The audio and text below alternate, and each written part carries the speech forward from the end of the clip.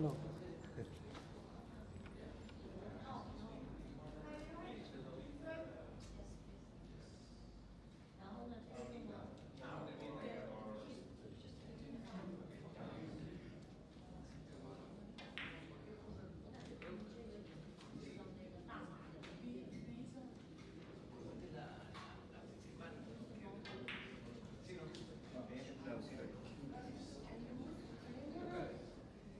Sí, no.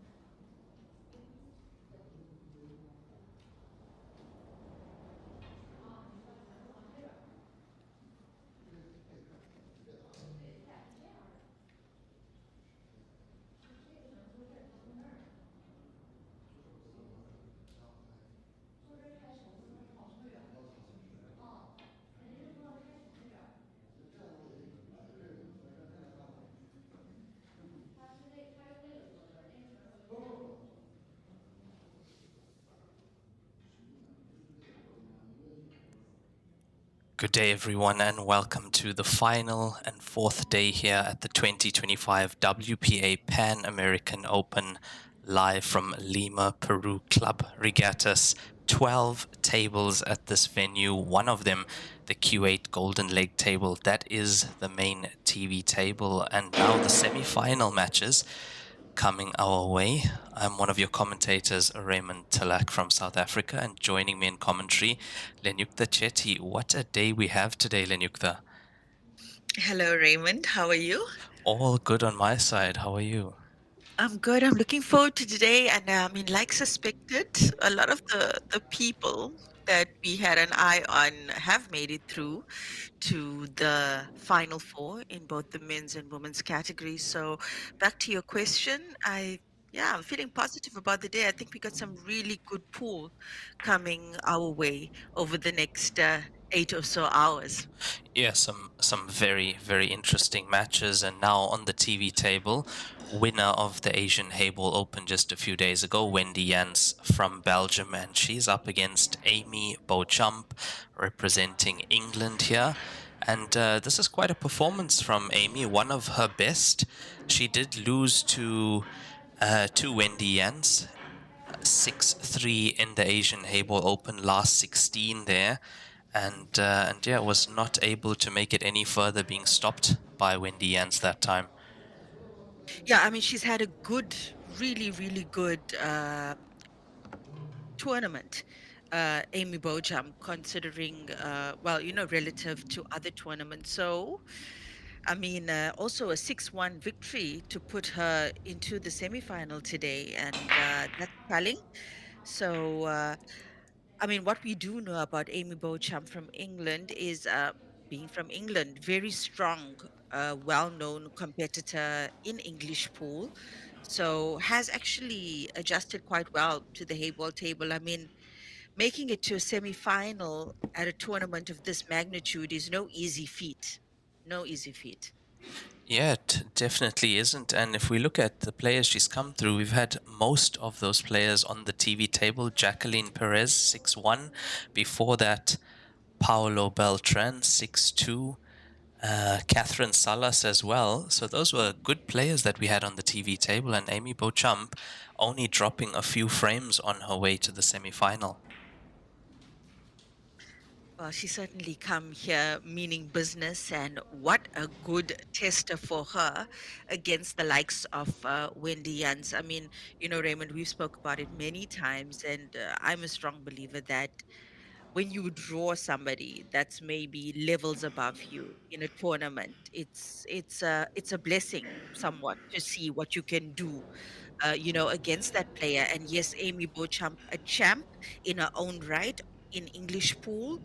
Wendy Jans already has cemented herself as one of the top snooker players in the world and has already been crowned a champion in Hayball on the WPA circuit. And also so many second place finishes for Wendy Jens as well. So her experience in these tournaments, experience in high pressure situations and finals, finally breaking through in the last tournament in Asia to win that one. But before that, Shi Tianqi able to get the better of her a few times. And yeah, it's going to be interesting to see if she continues with that momentum from Jordan. Yeah, and I'm more interested to see how well Amy does here. This is a big moment, might be her first semi-final in this WPA events. Yes, I believe it is. I believe it is a first top four, top four placement in these Hayball events, and yeah, let's see what she can do against Wendy Jens. We know Wendy Jens is always coming to a tournament and always in form. Even in this tournament, I think she's only dropped 6 or 7 frames as well throughout the double elimination and single elimination phase to get here.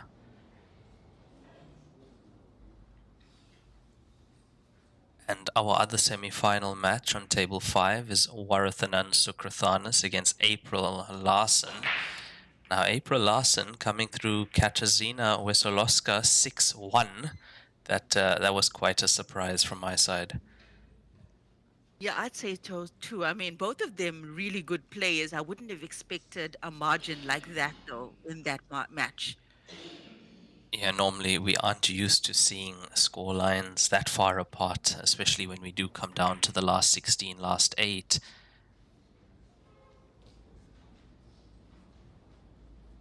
Yeah, Amy Beauchamp was on a clearance here, not getting that pink into the top left. Close, close, close, close. And yeah, Wendy Jans, look, like we said yesterday, I think she only took about, dropped about 5 frames in the whole tournament. I don't know if that stat still holds after last night, but yeah, I mean, she's definitely up there. I'd say top three Wendy Jans in terms of form consistently in Heyball on this international circuit. I definitely agree with that. She would be another player in that top 3, as well as either Warathanan and Chen Simming as well. Yeah, let's say top four then. Yeah, Let's say I would top four. have I to. I'd have forgot to go about for. 10. I'd Yeah. have to go for Chen Simming, a very very strong player.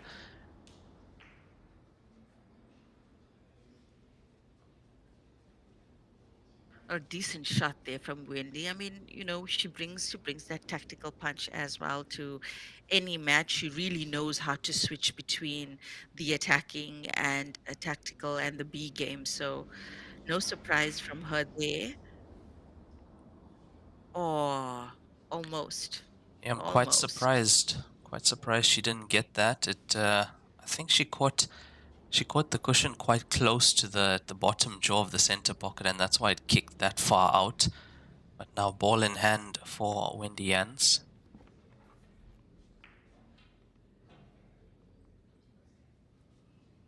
And these sessions are timed at 100 minutes per session, race to 6, alternate break all the way. Now, Wendy Jans has left that pink at the bottom right open. Yeah, that was definitely unintentional. I mean, she was probably going for it with that visit, and a little bit of a waste of a ball in hand there for her. But if, well, let's see if Amy is bringing the form that she had last night against Katarzyna Wyskolowska, then she should be able to clear here. Oh, that's not bad at Very all. nicely done, and this goes to the center pocket. Black ball, not open to the right center pocket, but I do believe it goes left center, bottom 2 corner pockets as well on our screen. Yeah, she's having a look at that, which means she has to, yeah, she'll have to move that cue ball back into a similar region. Yeah, this is a tester as far as cue ball control is concerned. And of course, the cut to the center pocket, which has kind of been a little bit elusive for a lot of the players who aren't as experienced. Yeah, especially the players coming over from American pool. They have been having a little bit of a tough time with the center pockets, just that adjustment period. This But is nice. no This problem is, for her, mhm. and now I think she's going to have to bank that. Yeah, I have to agree. I don't think she has much choice but to bank this. And that's her just checking out the angle now to make the black in middle pocket on the left side of the table. Ooh, It's looks not good, looks there. good, looks good. Yes, Oh, just slightly wide, and now with 7 object balls left on the table, you know what we always say about a situation like this, Lenyukta? yeah, I know. I know. Why don't you say it again, Raymond? You can say it for us. So many places for Wendy to hide. However, she's also one of those players that will go. If the table's open and the game is there for the taking, she'll definitely go for it. If she runs into any trouble, guaranteed, she's gonna tighten up. She's gonna hand over a very difficult table to Amy Beauchamp. Yeah, I think it's just the freedom you have when your opponent's left with 1 ball and you are left with 6 or 5 plus balls on the table. You have so much more room for error when playing the cue ball around the table, and Yeah, that's why we usually see, I'd say 90% of the time, a frame like this goes to the player with more balls on the table. Absolutely.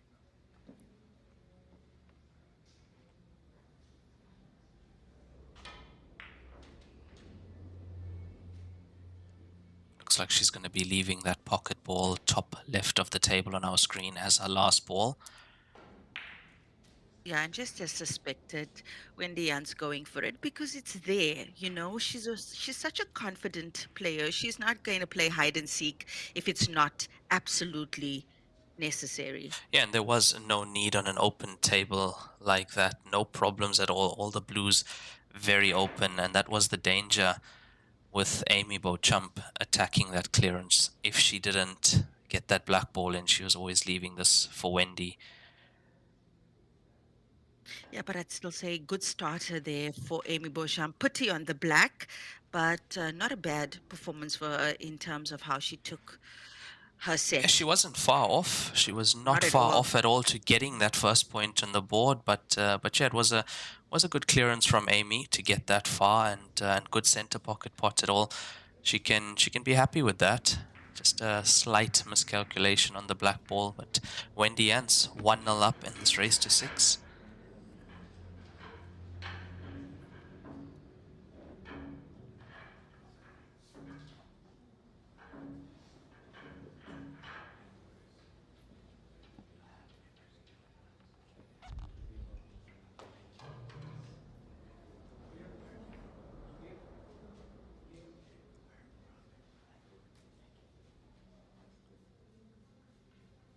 Now second frame, Amy Beauchamp to break. There's alternate break format. Wendy Ants won the leg. I don't see a ball in. That is an open table dry break from Amy Beauchamp.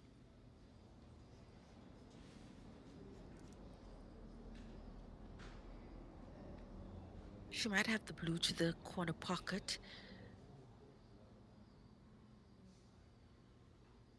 A lot of work. I mean, she's got the one blue as well that she can play up table to the corner pocket, but that's not the blue she'll want to use to secure color here if she's going to go the way of blue. And yeah, there we go.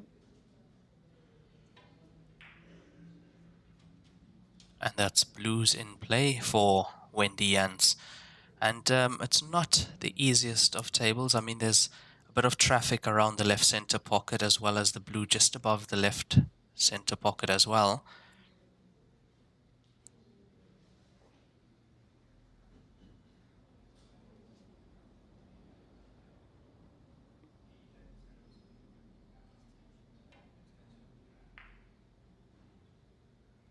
I Ooh, was that's not nice. expecting that. I was not expecting her to go for that pot. That was a very difficult pot to the left center pocket at that angle and from where the cue ball was as well. Also, the 9 times world snooker champion. So, you know, No problem with think, the center pocket jaws. yeah, yeah, I think so. I think so. I mean, we know that the cut is quite similar to that of the snooker table. So, um, and I think that's one of the reasons as well that Wendy has, considering the amount of tournaments she's played, relative to how comfortable she looks on the table, I'd say a lot of that snooker background has done her well Yeah, and for this particular code. I would say when we first saw her playing, well, we first saw her playing in the Asian Open last year in Qatar in that tournament, and already she looked so certain on the table. That Mm. was, I think, only her second tournament. I believe she did play in Slovenia, but yeah, so comfortable. And look at that. I mean, that's a shot that usually comes with years of experience on this table. And as you say, she's so comfortable here. Looks like she wants to bring this blue up to the corner pocket on our side of the table now.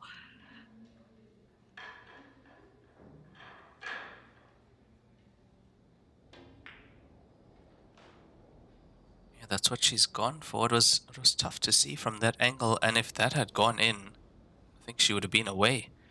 Yes, yes, absolutely, she would have. And also, also I think trying to control the cue ball there, she didn't play anything too heavy with the cue ball.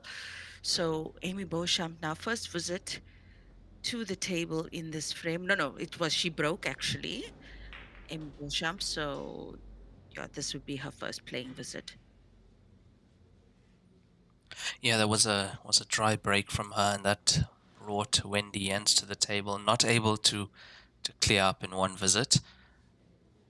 Once again, this is not an easy table for Amy Beauchamp. Does that pink pass the blue, Lenukta, going to the top? Or is she going to try and, yeah, I think there was an attempt to just nudge that pink. Yeah, and I think if she has to go for it, and she might have no choice now, considering where the cue ball has landed, she might have to play that pink into the cushion first, just outside the blue, maybe get it into the pocket that way.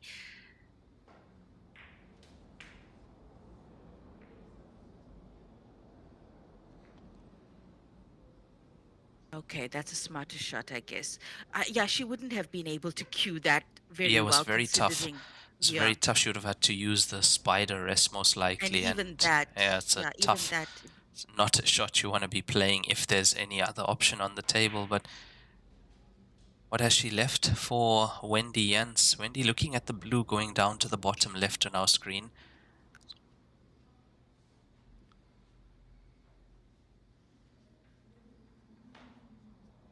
But it looks like this is open. It was.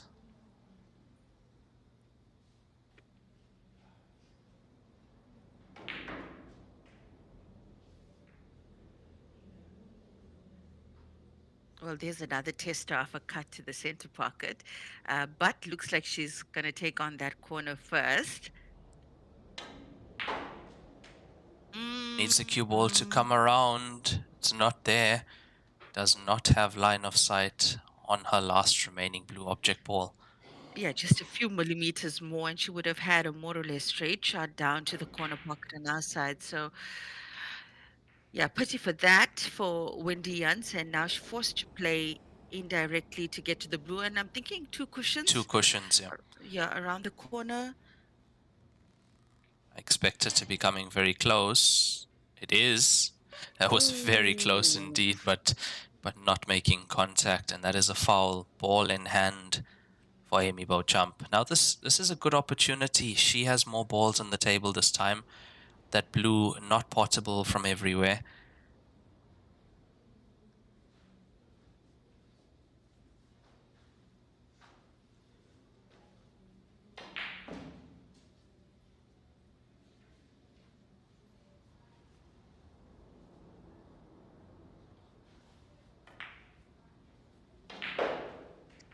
yeah, that's the thing. That's the thing. Playing shots like that, she seemed a little bit too minded between the pot and the position, and yeah, she's left Wendy open here on the blue. And I think she's going to try and get that as close to the bottom corner as she can, if not in. Yeah, and maybe Amy did that as well, knowing full well that that blue was not absolutely through there. It was, playing the percentages. So table looking a little bit better for Amy here.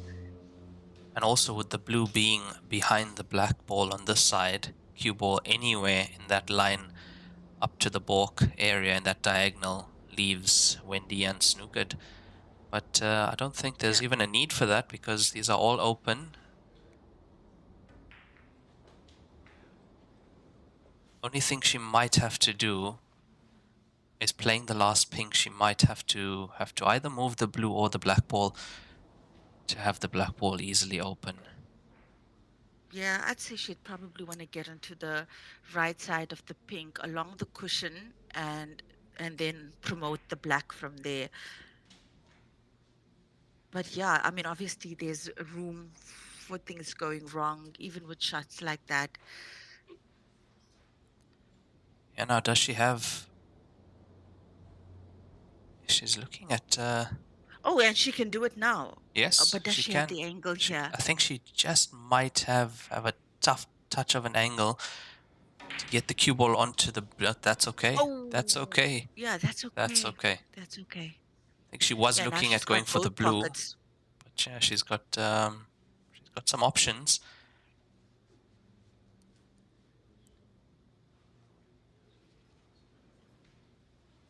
And she should get a natural position if she takes the ball to the top left corner pocket.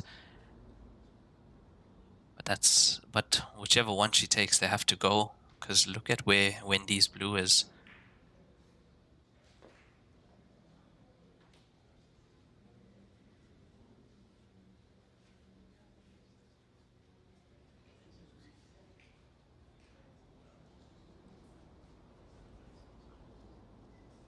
Yeah, she can definitely go either way. And she knows that corner pocket is the right ball to play. So that's why she was looking a little bit too minded about it. Oh, and I think that's what On the other she was side, worried about. Mm. yeah, she played that very confidently. Cue ball across, would have needed the cue ball across one more time actually to be on that to the center. Now this to the corner pocket. Yeah, if she keeps it simple, the cue ball's gonna be on the left-hand side of the black ball. So there's at least that. It's just a matter of accuracy now on this pot. Looks good. Oh, oh. Now she would have been That on the was black ball, close. but she hasn't left Wendy with a pot on this blue, but what she has left is the easy safety option, having the black ball there as cover as well towards the pink. It's not just about getting the safety, it's about thinking another two shots ahead, getting the safety, having the blue in a place where it's potable in her next visit.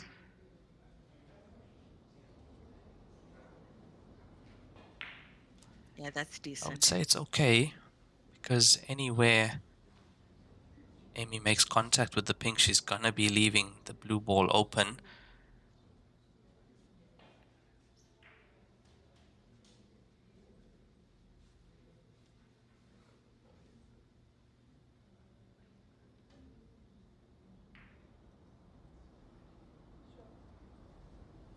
Yeah, that's not a bad shot there from Amy. She also can read what Wendy Jans is trying to do, and she might have the cut available to her for the corner pocket on the left hand side, Bank but as well. that cue ball's gonna be running.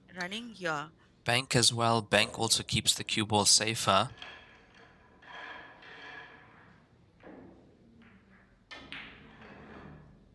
Oh, look at that. That that is was lovely. absolute class from Wendy, and Yeah, what a pot to the right center pocket. and I've when I've done commentary on her previous matches as well. She really doesn't back down from a bank shot, Yes, Raymond. yes, No she matter loves where them. on the table, she loves them. No problem at all for Wendy Jans as she takes her second point. She's leading 2-0 in this ladies division semi-final over Amy Beauchamp from England. And on table 5, Warathanan Sukrathanis is 2-0 up on April Larson as well. And if things do stay the same as they currently are, we will have Warathanan against Wendy. Repeat of the Asian Open Heyball finals just a few days ago.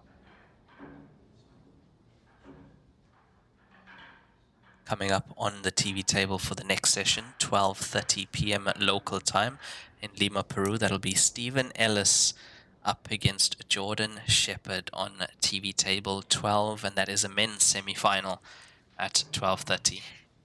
Yeah. Oh, that's gonna be fireworks. I'm telling you, because two different styles there. Two different styles. From what we've seen in recent tournaments. But if you've managed, ladies and gentlemen, to catch any of Jordan Shepherd's matches over the last couple of days, whew, he has been absolutely something else when it comes to those finishes. So, really going to be a great match coming up. And like Raymond said, that'll be 12:30 Peruvian time and 7:30 Central African time. Jordan Shepherd, Stephen Ellis, men's semi-finalist.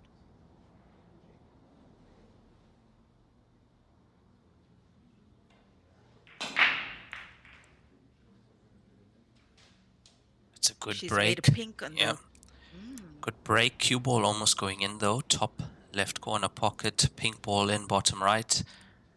And yeah, straight away I have to say pinks look better.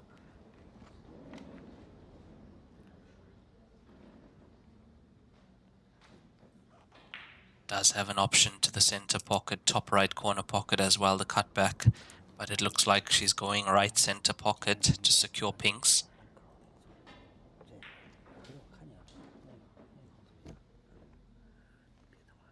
And that's pink secured for Wendy Yance.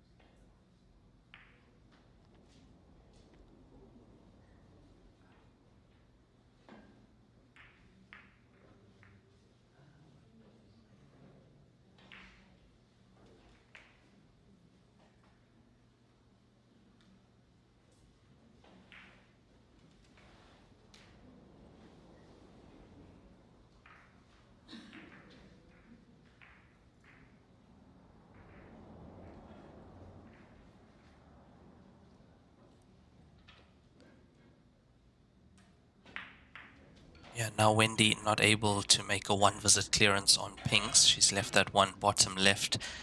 Amy's come and use the combination rule to her advantage. You can pot your opponent's ball as long as you make contact with your ball first.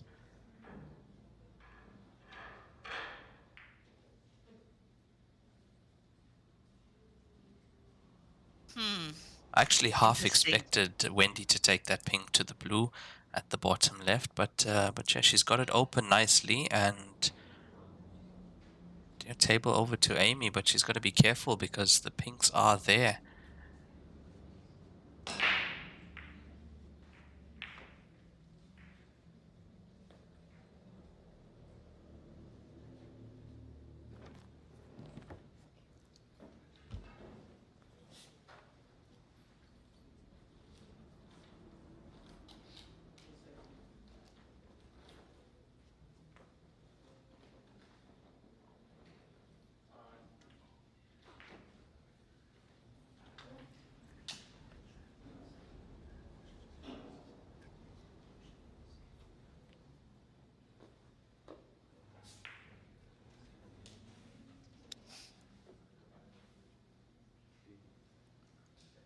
Yeah, now table back over to Wendy Ants playing pinks. She is 2-0 up in this race to 6 ladies semi-final match here at the 2025 Pan American Heyball Open. Oh, what a shot that is. That is an unbelievable pot to the top left corner pocket.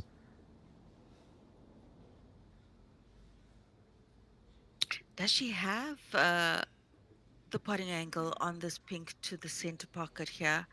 I tell you what, she'd be very unlucky if she doesn't, because that was a top draw pot. That was a tough one to get into the top left from that distance, that angle. I think she does.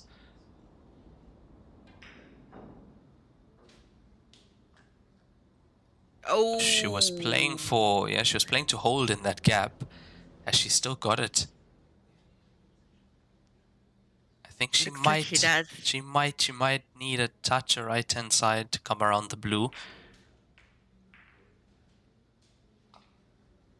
If she does, it's very close, and that's why she is thinking twice about it. But it looks like she might be good. No problem at all. That was a power stunt shot from her as well. Really, really nice. I mean, yeah, this is the class of Wendy Yuns, really so good at maneuvering the cue ball in small spaces as well. And I think with this, she should be leaving herself on for a shot to the center pocket here. Oh, I Oh, think didn't she expect her to miss that. cued across that one slightly. Did not expect that from Wendy Jens. Now she's in the situation where she has one ball left on the table. Amy Beauchamp with 7 object balls.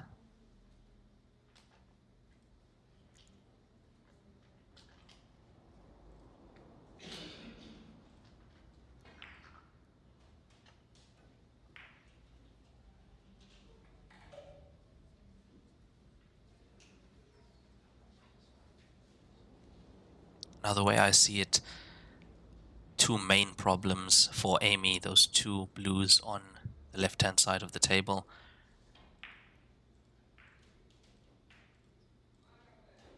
Now, what she'd want is for Wendy to catch this pink ball and send it onto a cushion somewhere.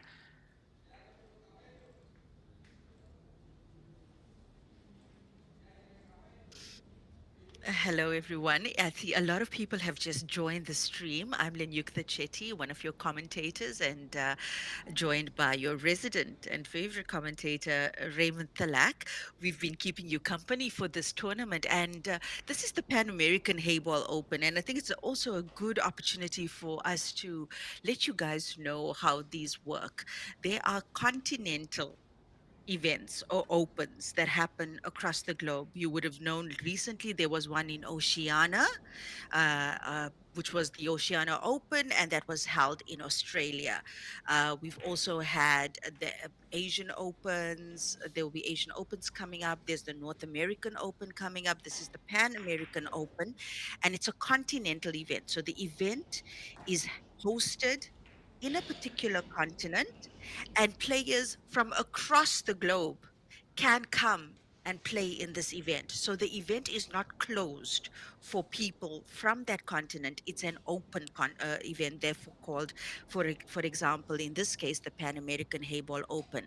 Now, if you want to participate in any of these open events that will be coming up, like for example the African Open, which will be held in Egypt. All you need to do is get the registration information from the appropriate authority in your country that's affiliated with the WPA.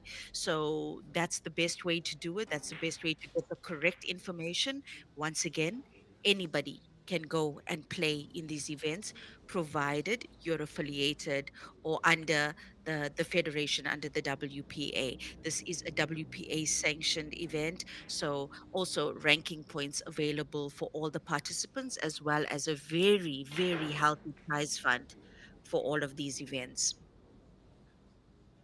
Yeah, it's really good that you're clearing that up, Lenyukta, because I think there is quite a bit of confusion between the wording on the tournaments. Like as you said, open means open to all players, well, all affiliated players around the world, and yeah, not to be confused with the championships like we had in Jordan, the Asian Hayball Championship. Now that is not an open; that is only for residents of Asia.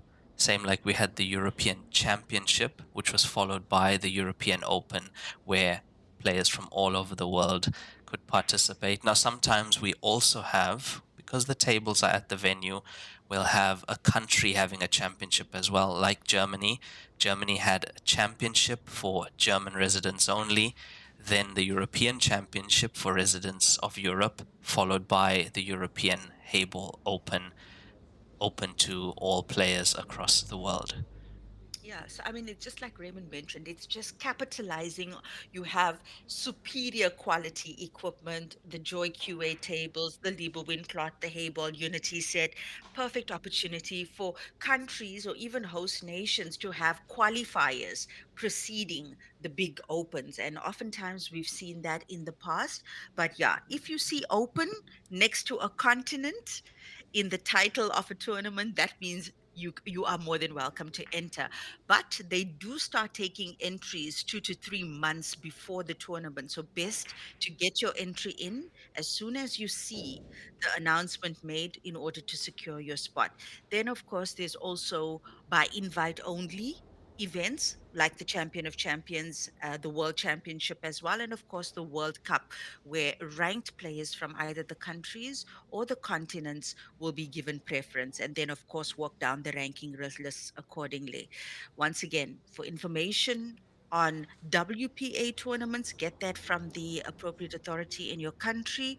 For information on tables, you can speak to Doris Cheng. You can contact her via Facebook. And as far as the station events are concerned in China, Hao Chao is your man. You can also find him on Facebook, or of course, inbox the WHT page or the Joy World Tour page for more information.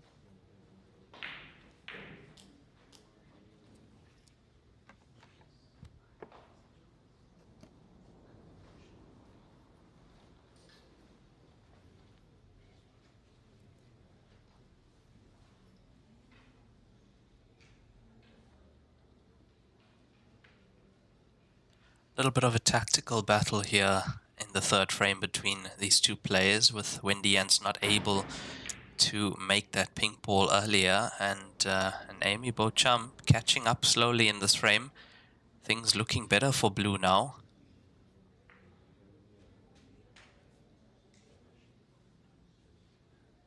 And that blue does pot to the top right corner.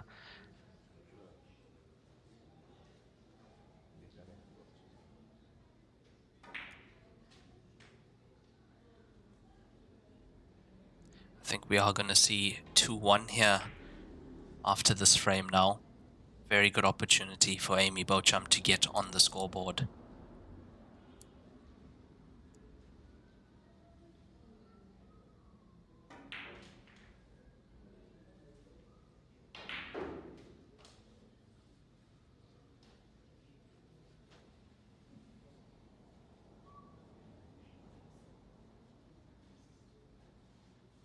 Yeah, I would say she's left it a little bit short on this, but nonetheless has the angle to get over for the black ball. Yeah, very nicely done, and yeah, we should see Amy Beauchamp on the scoreboard now.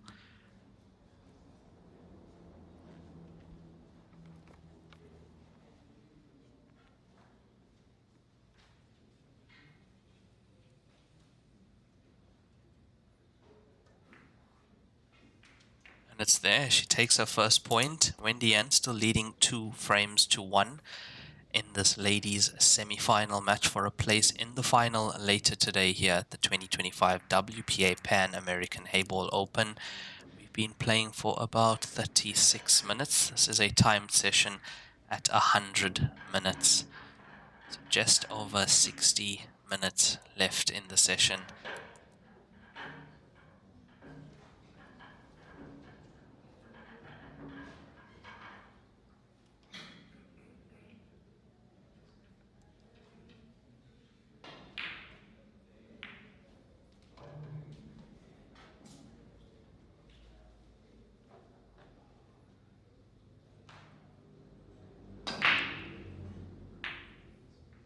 Our fourth frame underway. Amy Beauchamp breaking, and that's a dry break. Not the best of splits, as you can see the cluster bottom end of the table on our screen.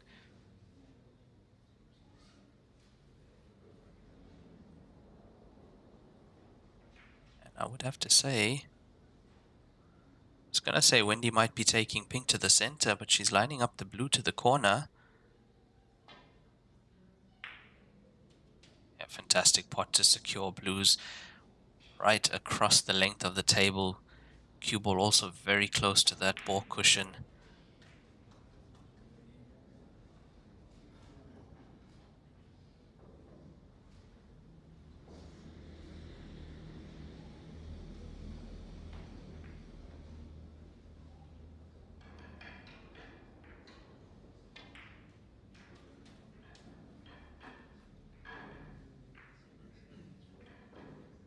How can she find a clearance from these blues? They're not easy navigating around that black ball area. I think the one just under the black ball doesn't pass from where it is, so she's going to have to disturb that.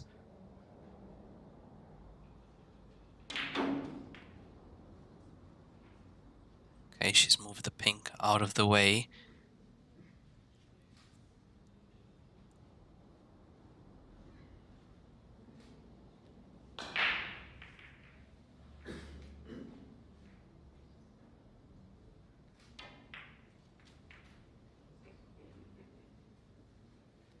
Now, with the pink out of the way, that blue just under the black ball might go to the bottom left corner pocket on our screen. If it doesn't, she is going to have to nudge that.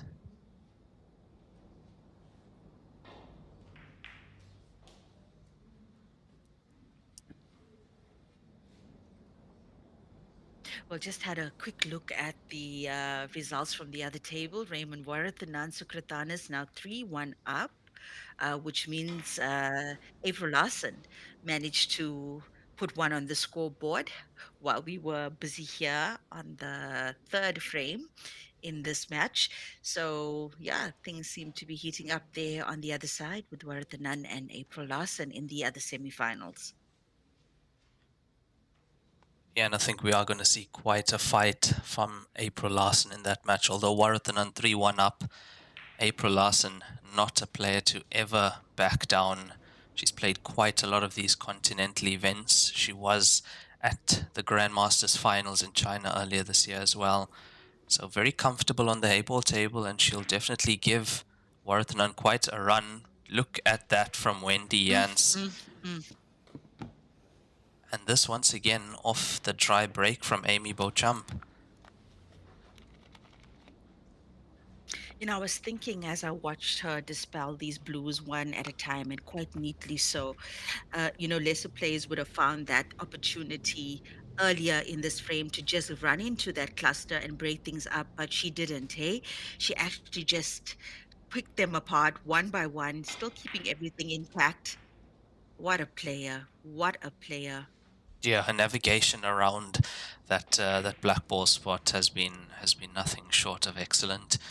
And now looks like we are going to have our first one visit clearance, and it's there. Wendy Jans takes her third point with a rack and run of Amy Beauchamp's dry break. 3-1 up, and she'll be breaking in the next frame as well.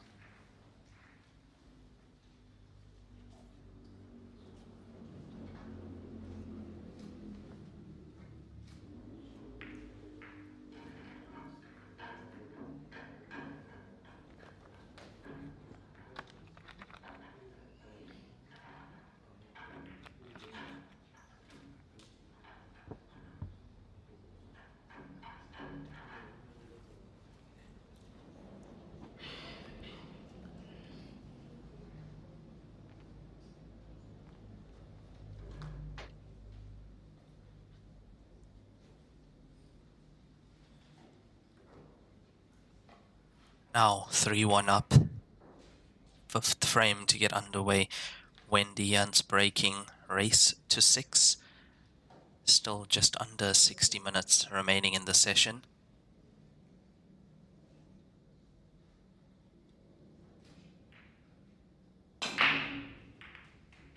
Coming into this tournament, we had a lot of Peruvian players on the women's bracket and the men's bracket, and quite impressive showings from them, Raymond. I mean, we had Soledad Ayala from Argentina, who looked very, very, very comfortable on the Hayball table. I was really impressed with her. One of our first matches, in fact, the first match that we had on the TV table was Soledad Ayala from Argentina, and then we had Jacqueline Perez as well, who has done very well on the carom scene, even winning a bronze medal at the latest World Games. Now, all of these players, a lot of them actually made it into the final 16. The last four standing in the men's side will just bring you that quickly. And but we know on the TV table next will be Stephen Ellis and Jordan Shepherd, both from the UK. In the other semi-final on the women's bracket is Warathanan Sukratanis and April Larson from the United States, Warathanan Sukratanis from Thailand. So yeah, the final four, not from Peru, but a lot of South American players that made it to the last eight and last 16 in this championship. And I think only better and better to come. I mean, we saw such impressive showings from the South American players on the TV table. Uh, both the men and the women, and will be really wonderful to see them also participate in the North American Heyball Open, as well as that international qualifier in China come March, April next year. Yeah, and you have to consider, I think this is one of their first Hayball tournaments, or maybe even the first time playing on a Hayball table. And we have seen some very, very talented players coming through from South America. As you say, quite a lot of players from South America in the last 16, last 8 of the ladies bracket as well. But then coming up against players like Warathan Ansukrathanas, Amy Beauchamp, and yeah, Catherine Salas, Jacqueline Perez from Peru, not able to get through the last 8 into the last 4. But in the last 4 on the men's side, we do have Maximiliano Osandon from Chile. He's going to be up against Arfan Dad from Pakistan. That is going to be at 12:30 local time, the next session. So we'll be keeping our eyes on that scoreboard for that match. Yeah, that's a big match. And It I mean, if is. anybody's, I mean, a big match for South America, also a huge match for Arfan Dad, who hasn't been in a final yet. Hey, Raymond. I think he made the final at the Oceania, if I'm not mistaken. Lost. He lost to Australian Jake McCartney in that final. I think Oh, that's, yes, yeah, I think, yeah, I thought he had bronze there, or was that the Asian Open? But yeah, that's going to be a big one. And also, I mean, unfortunately, we can only be on one TV table for this tournament. But yeah, if you are in and around Peru, Lima, Peru, I'm sure that you can go to the venue and watch that match live. So you said Chile. Chile. Chile is Yes, I in. would imagine a lot of support though in the venue for him, as we even did see with the Brazilian players that we had as well. We had Fabio Luesin on the TV table against Jordan Shepherd. A lot of support for him, and of course Noel Rodriguez, some of South America's best cueists. Yeah, it's been good. I mean, what about Enrique Rojas. Yeah, Rojas? Enrique Rojas Yes. from Chile. He was also playing very well. We had him on the TV table against Noel Rodriguez.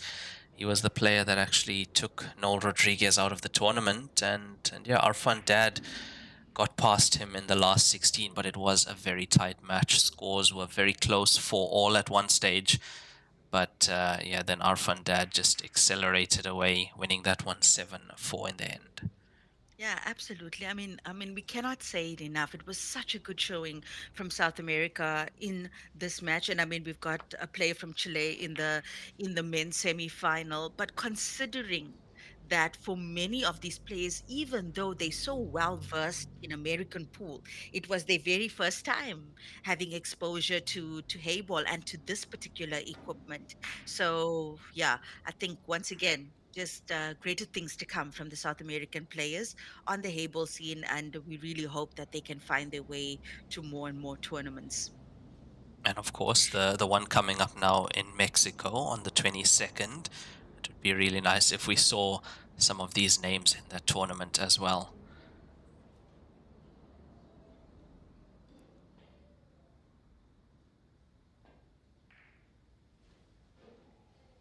I'd have to say Amy Beauchamp in trouble in this fifth frame, having that one ball left on the table. She has to find a way to get it off that cushion or closer to a pocket. I think she might, I don't know if she has a direct line to it, or she might have to swerve into, or she's going to attack it from the other side. That's a good shot. It's Oh, going to go off the pink, oh. very close. Yeah, Yeah, looked hopeful there for a second. that is a very good shot. She's put that now in the bottom right corner pocket, and the pressure would definitely shift over to Wendy to make the clearance now. She has to.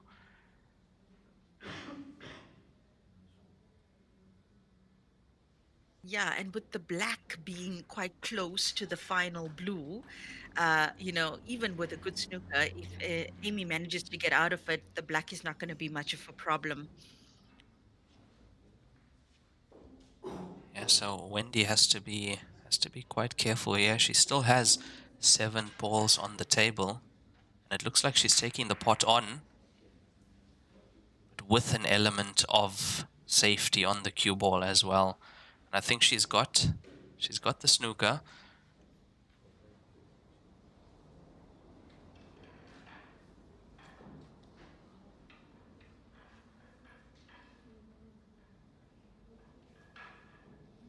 And in this case for Amy, of course, you don't want to be giving away ball in hand, but also you don't want to be making contact with the blue and then pushing it away from the corner pocket. Oh, But look this is at this. close. Look at That's in. this. That is in. Ooh, great shot. Yeah, brilliant stuff from Amy Beauchamp. Well, great pot. Great pot from her, and some work now on the black. Perhaps the black for the top left corner It has pocket to here. go. It has to go. If it doesn't, I don't see her coming back in the frame, unfortunately. Oh, she's Oh, gonna it's not touch that there. pink. But she's the only good thing about that is that pink at the black ball made contact with was easily potable before that. Now just off the cushion, so let's see what Wendy Yance does. 7 object balls left on the table for her.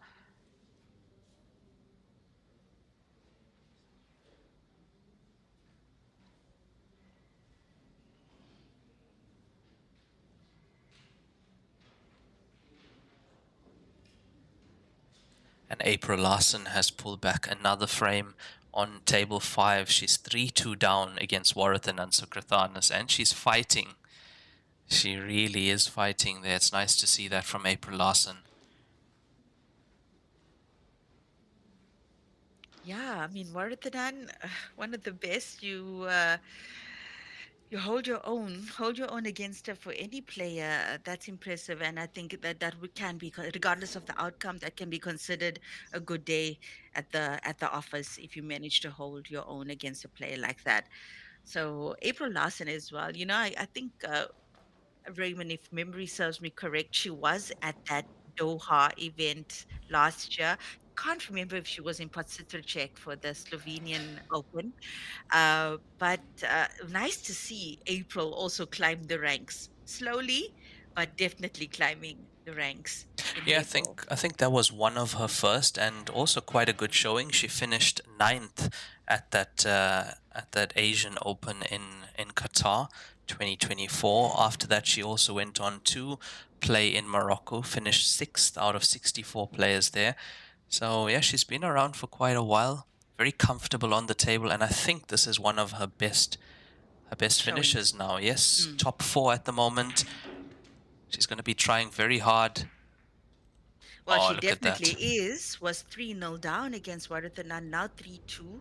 So April Larson fighting over there on the other semi-final table.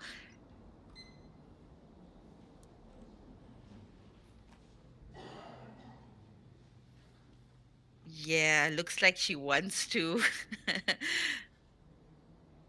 She can also go for it, yeah. Hey, she doesn't have to snooker. She can No, actually no, go not for at it. all. The previous shot was an excellent shot from her, getting that pink off the left-hand side cushion. And they're all there now for Wendy Ants to take her 4th point.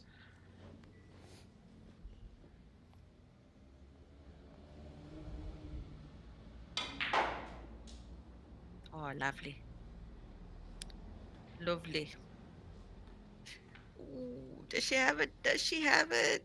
Yes, she does.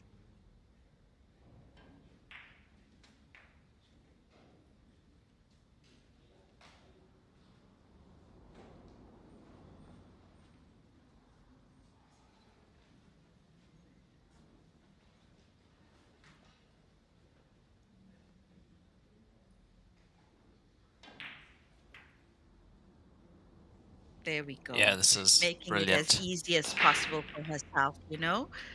Brilliant stuff from Wendy Ants once again. And I mean, it's what we expect from her now. We've seen her so many times, top 2 of these tournaments, winner as well in Jordan a few days ago. And yeah, she makes this game look really easy when she's flowing.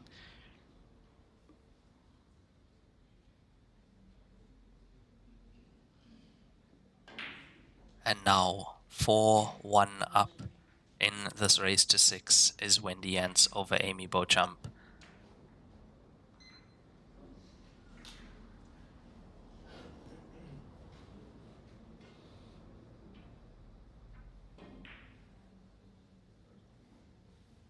And it looks like the player's going to have a 5 minute break.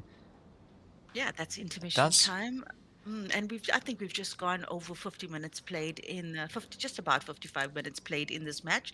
So, ladies and gentlemen, we'll be back just after this.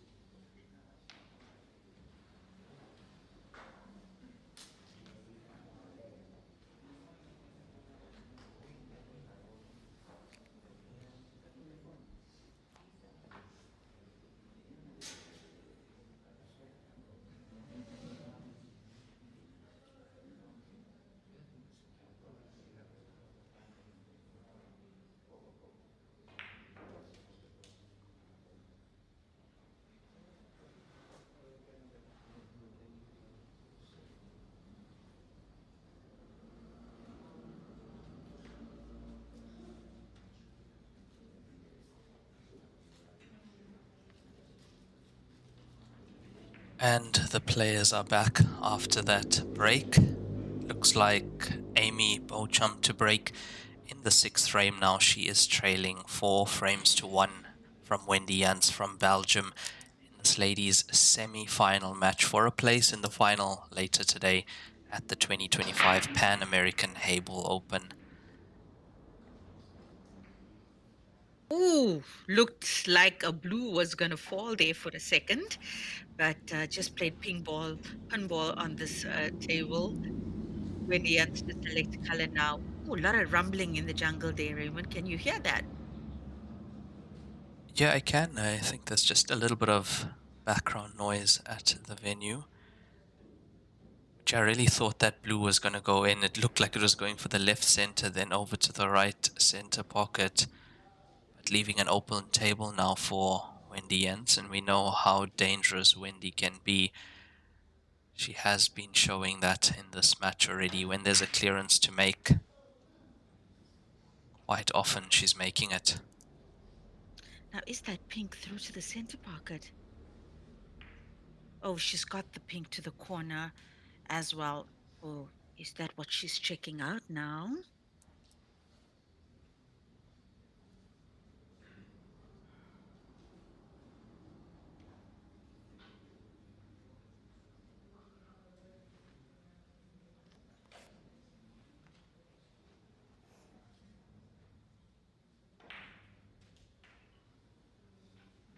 It looks like she has left herself on that pink to the top left. Straight away trying to develop that pink on the cushion. So some rerouting, definitely, Yeah, that for Windians. was a good try. Almost lost the cue ball there. She's actually lucky to be on these pinks on the side of the table, but I don't know if she'll attempt that again or take it as it lies.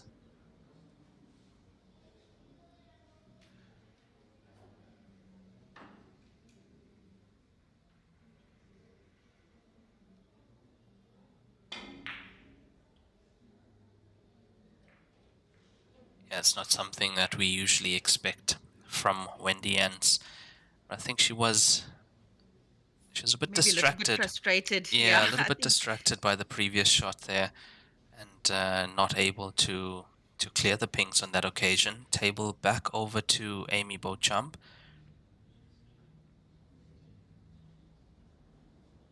Yeah, Amy's got to keep confident here. She's got to really attack this now and commit to every single shot, just to also develop her own sense of worth in this match, because it is, I mean, she knows, Amy would know what accolades Wendy Yance has behind her in all the different Q sport disciplines as well. I mean, Amy also a champ in her own right, especially in English pool.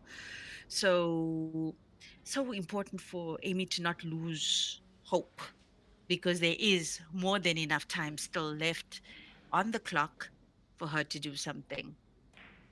Yeah, I think we still have over 40 minutes, just over 40 minutes left in this match. That's enough time for Amy Beauchamp to make a comeback, at least make it to 4-all, possibly push the penalty shootouts in the semi-final.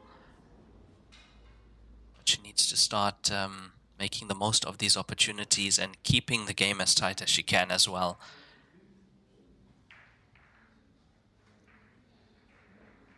I think Amy Beauchamp also very recently won a major ultimate pool title over in Europe as well. So, uh, oh, yeah, that was not good, not good.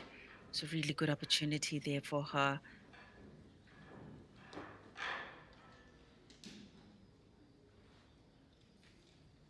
And what are we going to see Wendy do? She's having a look at the pink ball left side.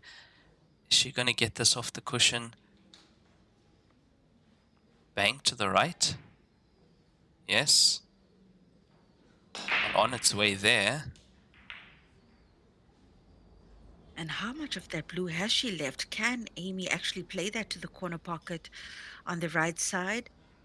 Or is she going to play a snooker here? That was Well, she a tried. percentage shot from Wendy. She left the cue ball there knowing she's not leaving anything easy on for Amy Beauchamp. And I think she's uh, got one of these pinks bottom right of the table. Yeah, Amy certainly tried, attempted a nice snooker there, but didn't work out so well. Luckily for her, though, she comes back to the table and the blues look a little bit better than they were before. And she's got a shot to the corner pocket on our side of the table.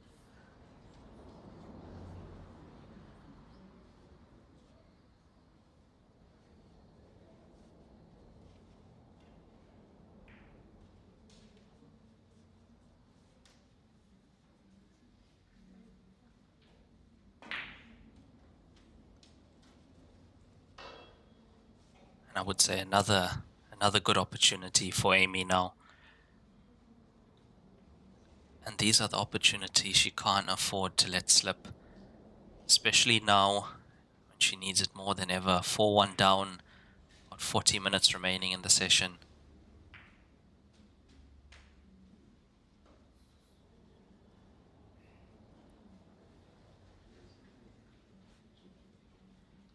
She played in the European Open as well in Germany, and I think top 16 finish or just outside of the top 16. But it was a tough draw. I mean, we had Europe's best playing in that tournament. But what I did notice Yeah. about her is she plays very quickly and can change a frame very quickly as well.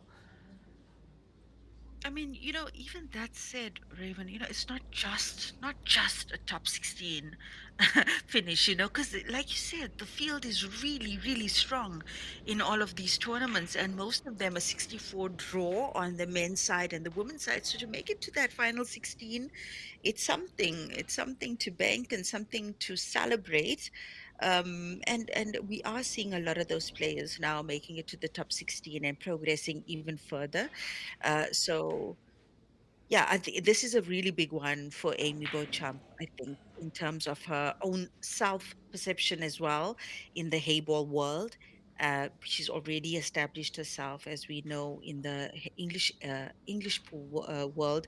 So yeah, I'd love to see her in action in more of these events, especially the ones in China. And I think, like we've said, these continental events are very nice taste of very nice taste and a very nice tester for those who want to see how they would perform in a competition context. But the real tester are those station events in China, and if people can get there as well, really, really well worth the trip. And I think already we should see Amy playing at the North American Open in Mexico next. I mean, it's not far away, and yeah, hopefully we see her there as well. And yeah, this we did say this is one of her best finishes thus far, top four in one of the continental tournaments. So just growing in this game, Amy Beauchamp. And April Larson. And speaking of which, I Yes. just wanted to quickly check. Oh my word. Oh, I see it. Oh, Yeah, I see it. oh my I word. see it. Guys, Warathanan Sekretanis and April Larson currently tied at 4-4. Wow. Wow. You know, you not often you see any player take it to Warathanan No, that Sekretanis. is So very rare indeed. And I just saw just before it became 4-all, it was 4-3 to April Larson. So April Larson actually took the lead in that match for the first time. And what a fight we have going on table 5 for a place in the final. and I'm sure one of the non-secretanis is probably just as surprised as the rest of us. But I mean, wow. Oh, that's great. That's really great for April.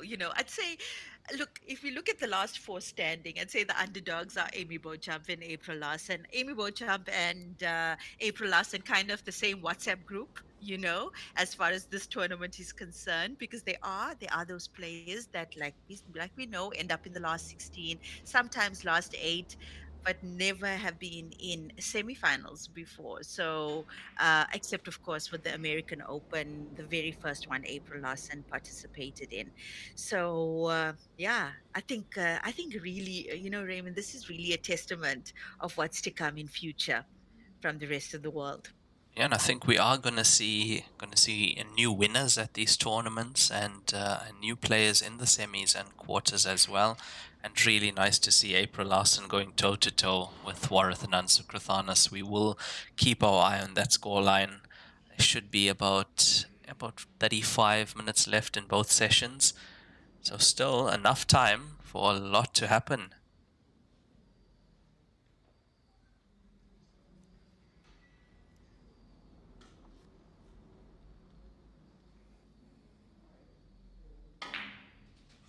Currently a Mm-hmm. lot happening on the TV table. What a clearance this has been from Wendy Jans. She was slightly out of position 2 shots ago, but good recovery, and now on the black ball to the left center pocket to get her 5th point on the board and on to the hill. And the last time the cue ball was cleaned was with Noel Rodriguez last I night. believe that. I believe so. Yeah. So Noel Rodriguez, I think the only player we've seen in the entire tournament on the TV table who was asked for the cue ball to be cleaned. So what a great finish that was from Wendy Jans. I Yeah, think the score's absolutely 5-1. brilliant. Yeah, Yeah, 5-1 to Wendy, and 5-1. she took her 5th point. She's on the hill. 6 frames played, 7th frame. It will be Wendy Jans to break. We also did have Jordan Shepherd cleaning the cue ball quite a bit yesterday. I think every visit he came to the table just to make sure that that things were That he good. could finish. Yeah, that things were good, and that's what he was doing. I mean, we had four one-visit clearances from Jordan Shepherd in a row yesterday. Yeah, speaking of Jordan Shepherd, if you've just joined us, remember at 12:30 local Peru time and 7 p.m., 7:30 p.m.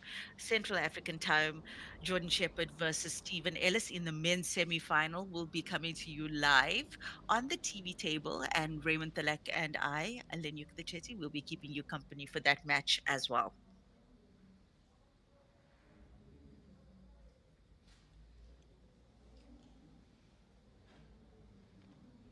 Yeah, we definitely will, and yeah, some great matches still to come today. This men's semi-final followed by both finals. And as we see, Wendy potting 2 Mm, balls on mm, that break. mm. Yeah. Yeah, one in the Lots of work on center. this table, though. I Yeah, mean, this not is a not good a split. great for your potential last frame to secure your spot in the final. Not a great split of a break, and a little bit of a grin on her face as well. I think she's just looking at it and thinking, "Oh my, what do we do here?" Yeah, this is a tough situation. She's 5-1 up. She's in pole position. Say about just over 30 minutes remaining. And that is still enough time for Amy to make a comeback.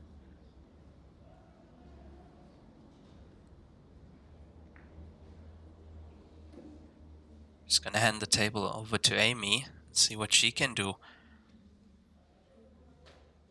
Now, also a frame like Warathan, this, a long frame, it eats into time, and time not on Amy's side.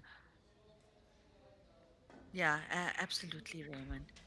Oh, that's a nice pot. That's a nice pot from her, and the black is open to the corner pocket on the right side. It looks like it. And And she's gonna be okay, so pushing Amy's this playing the towards combination the here. corner, and Look at it's that. there. And all of a sudden, Oh, this looks way yes. different. Yes, it does. Yes, it does. And just a matter of cue ball control here. She'll want to keep this as simple as possible. Of course, the blue closest to the cushion on the right side does present somewhat of a problem for her. Be really nice to see how she develops this. This is a big frame, huge frame for Amy Beauchamp to get, especially if she can navigate through these. I mean, the table did not look good when she arrived. I mean, Wendy played a safety. On the other side, Warathan Sukritanas and April Larson still locked at 4-4 from what we can see on Q score. So, yeah, we'll keep you posted as soon as we see any updates on that match, too. Now this to the top right corner pocket. Oh, Yeah, but I have to say she's not leaving much playing a shot like that anyway. I mean, look at Pink's priority yeah, but number one. she's. She has to Mm. start removing problem balls.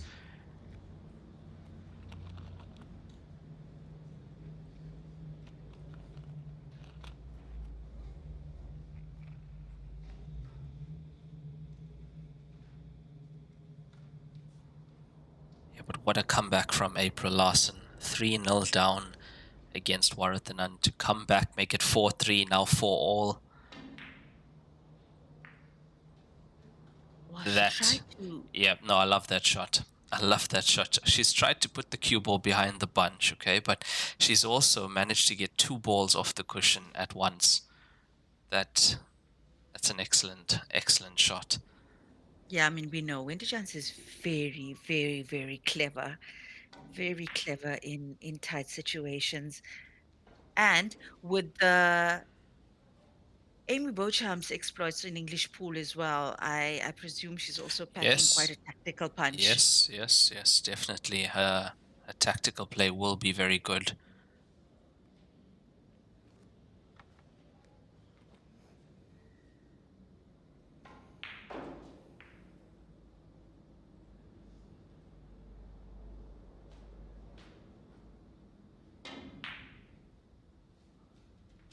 Oh, look at that. Has she played for that? Has she played for that pot? Oof. She's played for the cue ball to leave the cue ball wrong side of the blue that's in balk, definitely. But has she played for the pot? I don't think so. And here's the thing, right? The pink that's closest to the black, if she tries, I mean, because it looks like it goes to the corner pocket, but if she tries, she might also, send the 8 ball to the corner pocket on to where she played right now. So I think that's why she's a little bit tentative about going into that cluster. Yeah, for the moment, I don't think she wants to move that cluster and open up the black ball easily. And yeah, I think she'll just want to leave the cue ball on the cushion.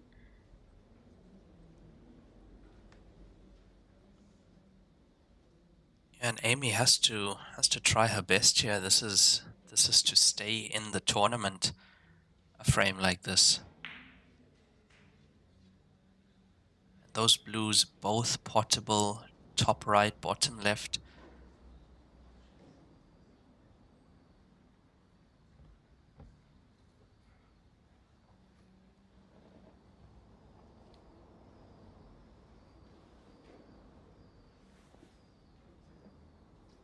Well, I think Warathan and Sukratanis in April last and on an intermission because it doesn't make sense that the fifth point hasn't been loaded yet on either of their sides of the scoreboard. So they're probably on an intermission, maybe back from that intermission, and that ninth frame has kicked off. So we'll keep you posted. I'm sure you guys are also interested to know what's happening there. April Lawson from the USA and Warathan and Sukratanis from Thailand in the other semifinal currently and locked at 4-4 each.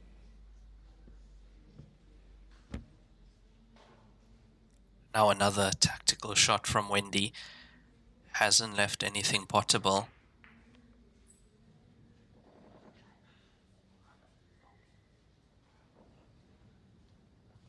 The problem with this for Amy is it is eating into the time. That's the only issue.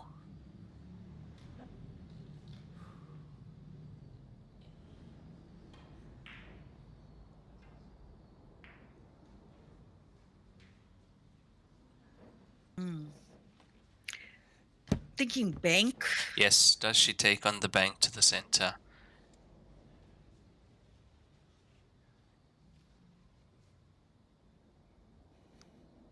The only problem, though, is that if she doesn't get it, it means that Wendy can keep that cue ball on this half of the table, which she more than likely will do right now and try and force a ball in hand. I see we have Mary Talbot currently watching April's match, and it's a very close frame at the moment, that ninth frame. Each have one ball left on the table, and the black ball is on the cushion.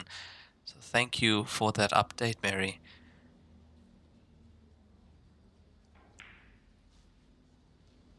Yeah, thanks a lot, Mary. Mary Talbot, who's also played in this tournament, had a very good showing. Well done to you and well done on your performance. I'm sure only the best to come yet from you. And yeah, really great to see you guys here in the comment section of all the live streams that we got going. The players love having you here, and we also love keeping you company. So keep it coming. And if you have any questions about these events and how everything works, don't feel shy. Go ahead and ask us. If we don't know the answer, we'll get back to you.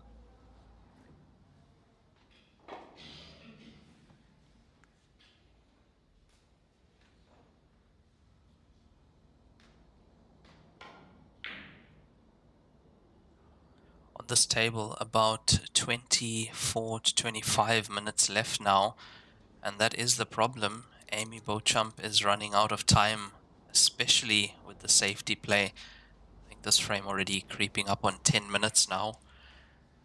Say bank here for the corner pocket on our side of the table. Probably. Oh, does It's she? Does she? Does close. she? Wait, center No. pocket maybe? No, no, no, no. And now with that blue being where it is, And the pink's open. Mm,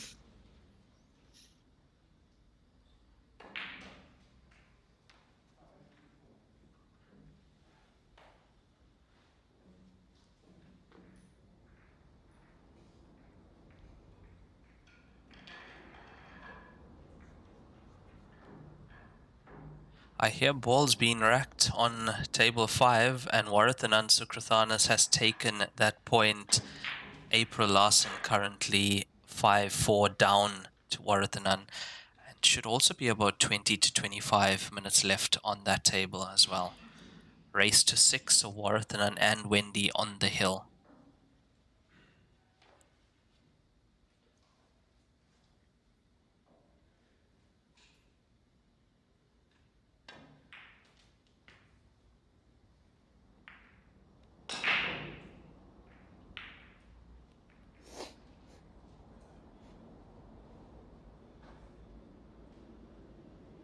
And this frame on the TV table is not over yet. Wendy having that pink ball on the left cushion now. It's going to cause a bit of problem for her. Yeah, we're not going to see a one-visit clearance. That's a foul. uh-oh. Oh my word, Wendy Jans Uh-oh. didn't make contact with the cushion after contact with the object ball, and surely now, the ball in hand, we should see Amy taking her second point. Yeah, just nice and easy here, Amy Beauchamp. Give us something. Give us something. Because we've got about, what, 20 minutes left, Raymond? Yeah, I'd say about 20, 23, 24 minutes. The clock was stopped for the player break. Player break was 4 minutes. Yeah, I can do so. Oh my word, Amy Oh, Beauchamp. no. Center pocket claims another victim. Oh, no, man. That center pocket is so rude. So rude. Sorry, Amy. Sorry, sorry, sorry. That was close. That was really close. You know, it was one of those signature rolls around the room and out. Does she have some of it? Does she have some of the black? Doesn't look like it. I Okay, think, she's looking for the yeah, indirect shot to the opposite center pocket. What do you think, Raymond? she's going to have to go one cushion, kick this into the center.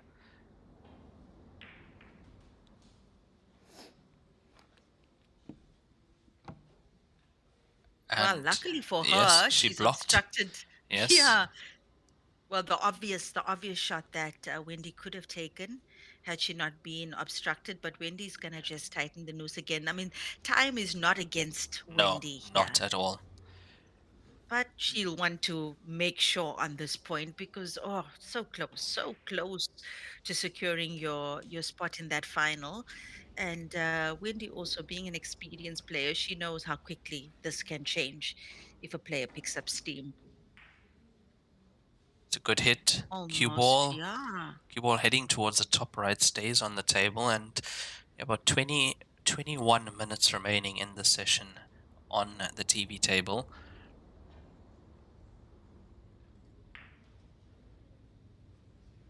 Another, it looks like a full Another ball snooker snooker. from Mm. Wendy Jans. So I think once again, one cushion escape here for the center pocket.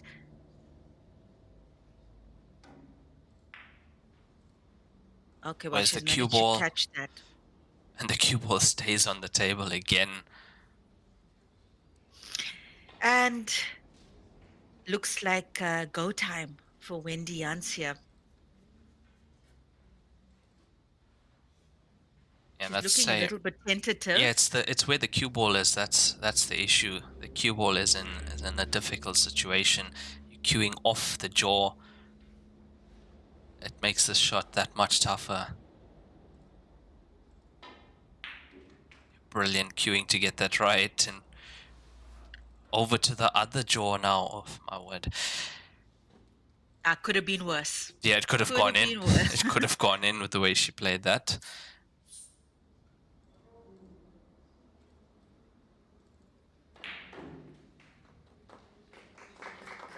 And I think we should have a Yeah, I score think update. Yeah, I think that's Warathanan. looks like it. Yeah, looks like it. Just waiting for the scores to update on Q score.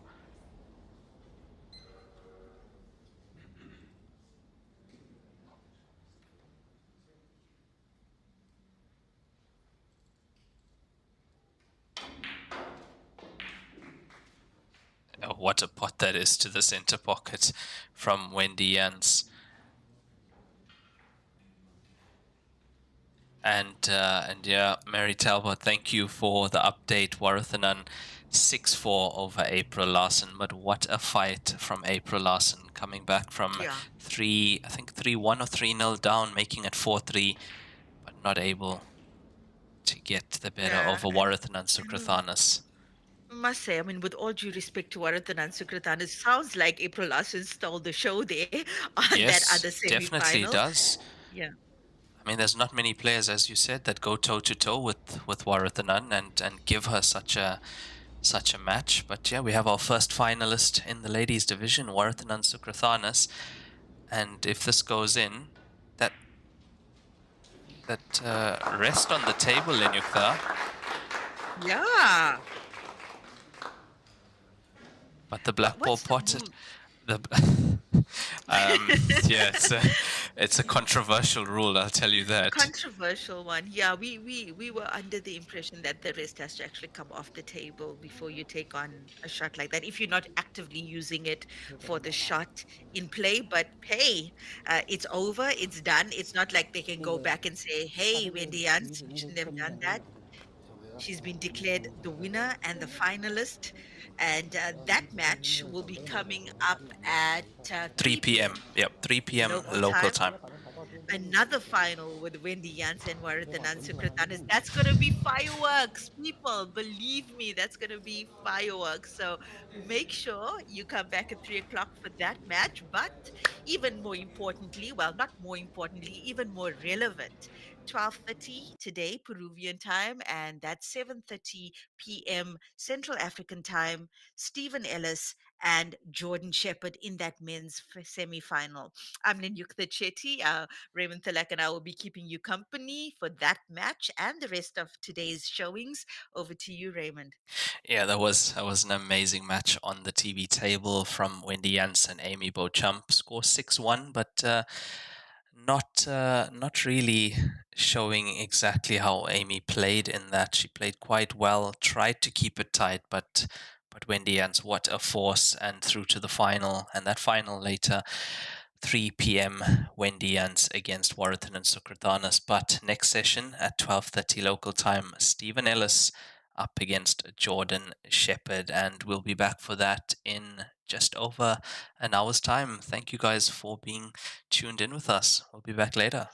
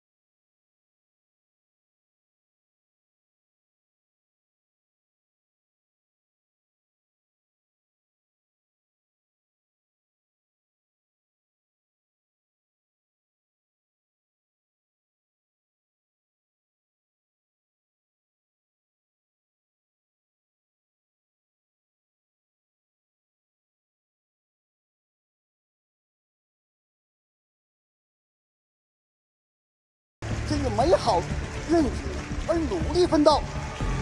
加油！加油！加油！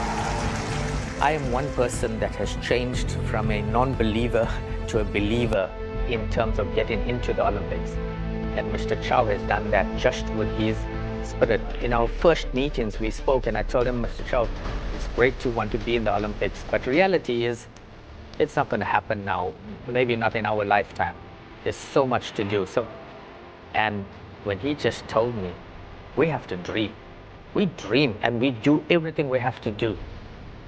Then it'll come on its own. But we must not say what I just said. And that hit home to me. From that day till today, I talked so positively about billiards and Heyball being in the Olympics that I already believe we're there. Whether it's going to be in 32 in here, right here in Brisbane, or in 36 in the next one, or what, I don't care anymore.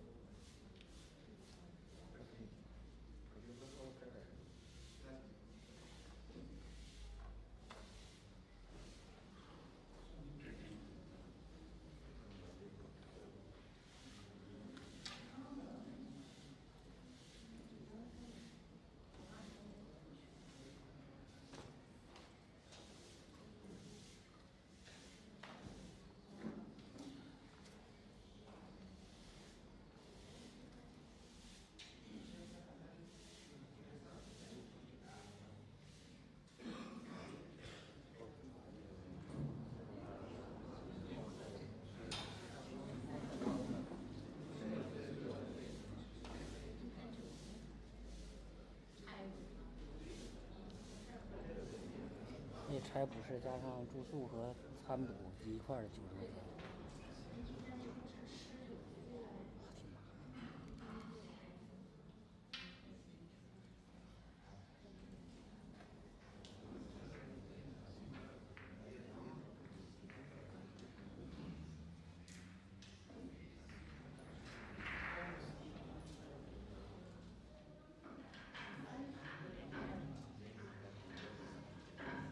所以说以后国内人出差，能不去就不去，太鸡巴恶心。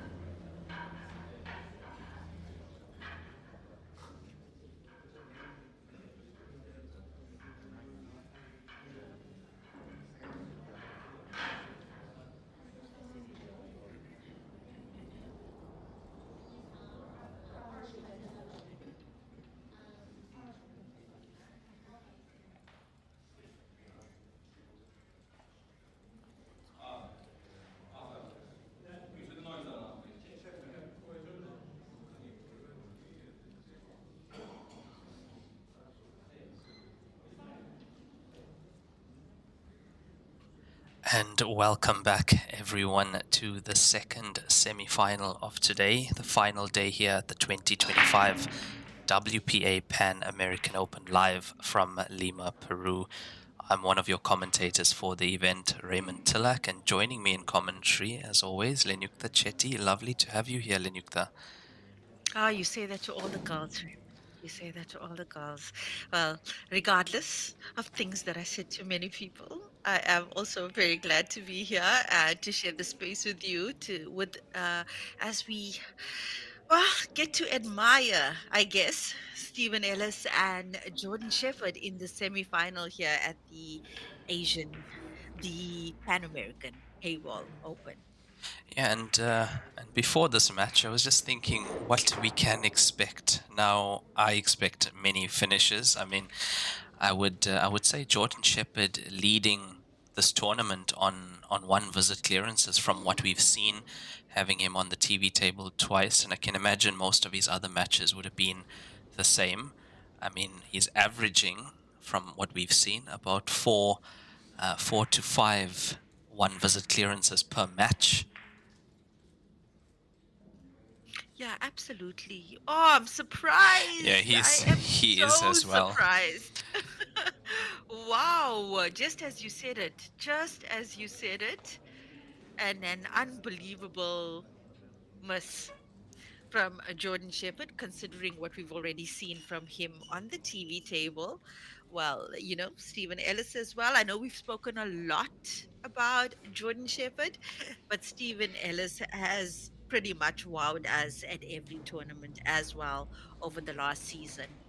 Yeah, it is really lovely to have Stephen Ellis on the TV table, seeing him go this far once again. He did win the European Open in Germany a few weeks back and also placed second at the British Heyball Championship earlier in the year, losing that final to Jack Whelan. But yeah, it's nice to see him back, semi-final here, and winner of this match will be playing winner of the other semi-final, Maximiliano Osandon from Chile up against Arfan Dad on table 5. Now, I don't think we have a stream for that, but what we will do is keep you guys updated on the scoreline throughout that match. Oh yeah, such a pity. Hey, I mean, either of these matches would have been great for the TV table, but I'm sure there's a lot of South American supporters out there that would have loved to see Maximilian in action. But like Raymond said, we're going to bring you updates as the session progresses. Stephen Ellis left him in a snooker, but he had a good hit coming out of that snooker. But yeah, from the looks of it, Stephen Ellis can very much stay in control of this frame for now. Yeah, I'd say he should be able to. He's got 3 balls close to the cushions. That's one of them.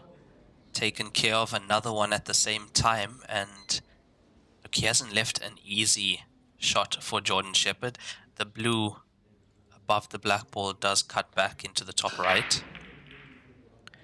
And after the session, next session at 3 p.m., we will have the ladies' finals. That is Warathanan Sukrathanas from Thailand up against Wendy Jans from Belgium. And as I said, not an easy opportunity. Jordan Shepherd makes that look very easy indeed. That was such a good shot. And the That was position such a as good well, shot. around Yeah. 2 cushions with the cue ball, nicely avoiding the pinks as he came around.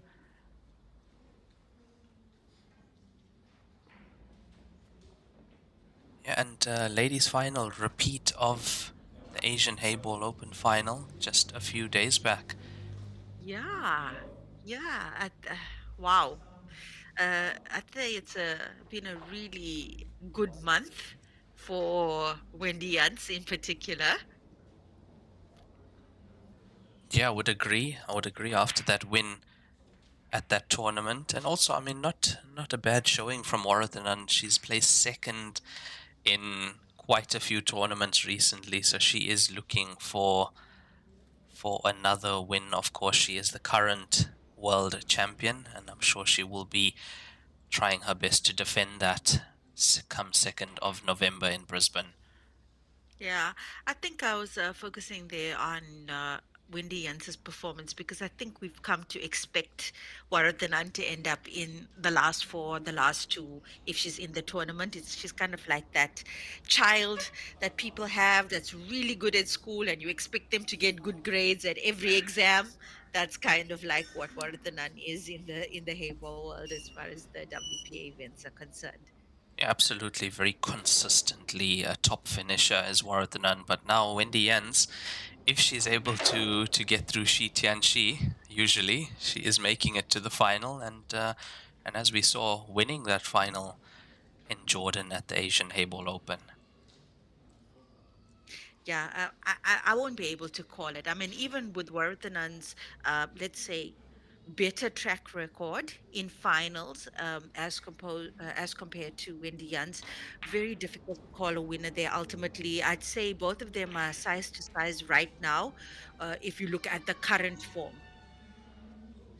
Yeah, I think it's gonna come down to the breaks and also the roles, which favors which player. And we have seen when Warathanan doesn't get a few good rolls, it ends up actually costing her the entire match. That's what I did see in Jordan. So let's hope. I know we are going to have a great match come that final at 3 p.m. and following that at 5:30 p.m. local time will be the men's final.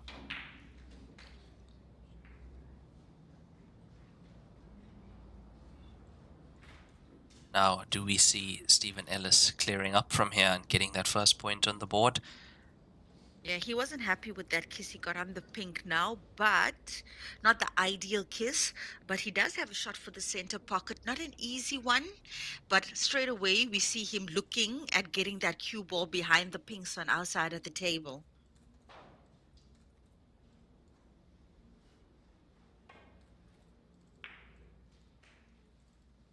And it looks like he isn't taking that ball to the center, rather going for the pink on the left side. And that's what he wanted. He wanted the cue ball safe and hidden away from that blue. I think he's managed to get that. Yeah, that's a good shot. Nice control shot there from Stephen Ellis.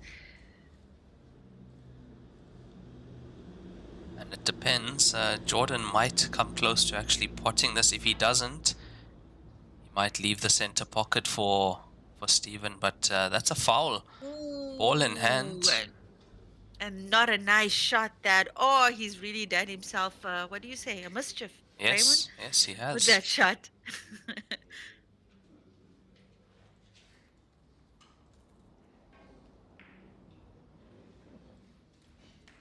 But not helping Stephen Ellis that much by putting the pink ball in front of the blue. He is going to have to. He's going to have to open that now with ball in hand. I think he's playing pink onto blue. Yeah, there we go. That combination was set. Yeah, that's worked a out good well. shot. That has worked out very well for Stephen Ellis. Yeah, still some work on here for him. Nothing too straightforward. It's got to cut to the corner pocket. Yeah, some maneuvering still required here for Stephen Ellis, but I don't foresee him not making this clearance now. Yeah, black ball also available to the right center, bottom right corner as well. So everything's there for Stephen.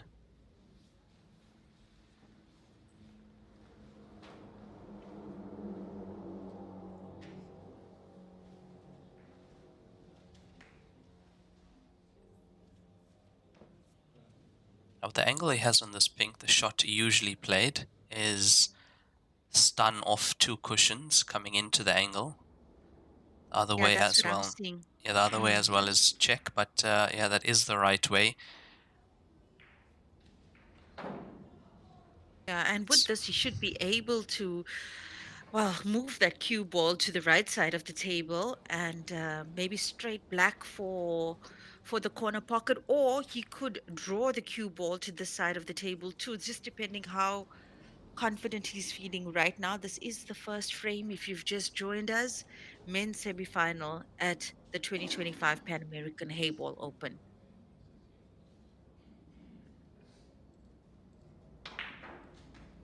Yeah, Watch the that's what I center thought. pocket around the black ball. Yeah, he's done very well. Very well there. That could have gone Slight slightly guess. wrong. It was coming very close to the center pocket, but yeah, all good in the end. Stephen Ellis takes his first point. He leads 1-0 in the semi-final over Jordan Shepherd. Yeah, I'd say that's a good opening for Stephen Ellis.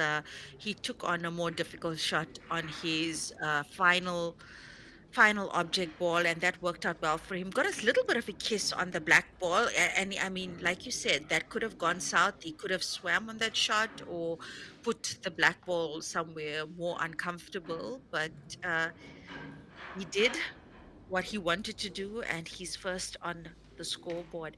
And it all boils down to that miss from Jordan Shepherd in the 2 first frame down to the corner pocket. I mean, with 2 I misses, think we yeah. would have been probably on our third frame had that not happened. Yeah, very likely he was on a break and run there when he missed that, and then also second visit at the table, Mr. Blue to the top right corner pocket. So 2 misses from Jordan Shepherd, and on this break, cue ball was heading towards that top left corner pocket. It just got kicked away, and it looks like 2 blues potted and a pink ball as well. And Raymond, this is the thing, hey, session to session, day to day. The previous versions of Jordan Shepherd wasn't missing at all. Like, I can't even remember. Yeah, I can't it even was more remember like seeing 1 this. miss in an entire session, not 2 misses in 1 frame. That we have not seen before, but yeah, as you say, session to session, and let's see what the rest of this match holds. But what I do know from watching Stephen Ellis play quite a bit is that he will be taking every opportunity he gets. He was trying to get into the pink there.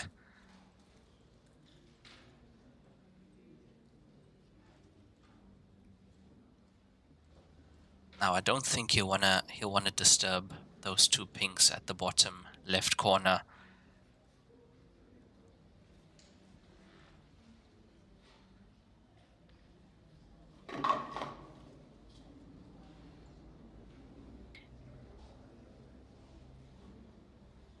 Yeah, that said, I don't think he has much options here. I don't know how much of that pink he Exactly. can actually see. He's looking at the Unless pink he top. clips it. Unless he clips it from behind, plays cushion first.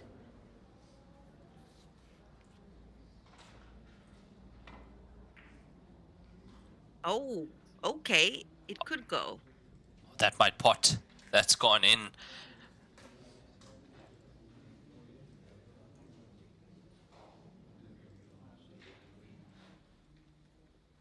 Yeah, and now he's going to have to develop the pink up table as well. And this ball that he has on the left side of our side of the table, probably the best connected to do so. Yeah, this is a tough decision now. Does he choose to go for this, or does he play it safe? Because it's a tough one. If he gets it wrong, he's now taking away balls off the table, and yeah, if he gets it wrong, he's going to give the table back to Jordan. And even with ball in hand, there's only so much he can do there. Look He at that. tried. Look at that. That was so close. That was so close. He almost nicked the blue out of the way there.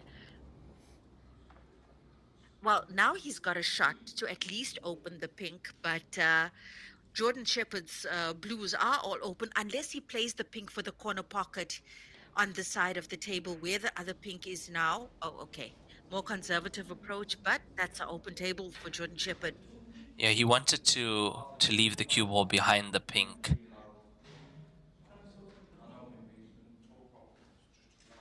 That was the plan there, but he's just opened it up nicely for Jordan Shepherd now.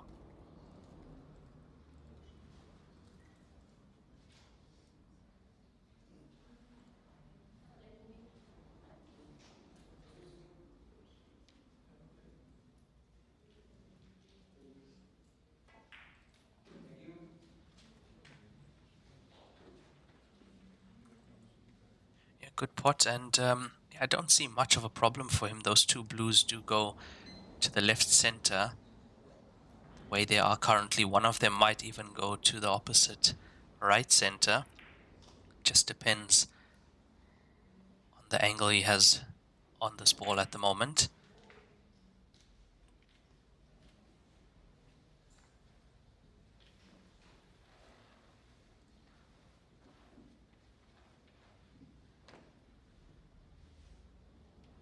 Playing for the center, he's gone a little bit far. He could actually play that down to the He corner could, pocket, yes. depending on how comfortable he's feeling at the moment. But he's taking it He is center, going looks like center. it. Yeah, no problem at all Nice. with those center pocket shots. Very good recovery off the right side cushion.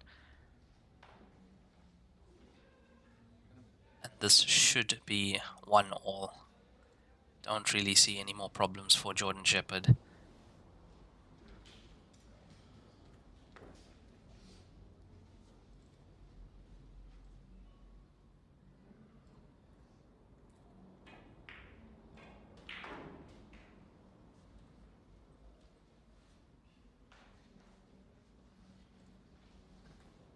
Interesting, interesting, interesting.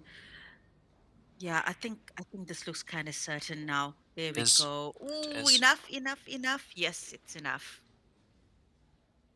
Yeah, very nicely played on those remaining blues from Jordan Shepherd to get his first point on the scoreboard.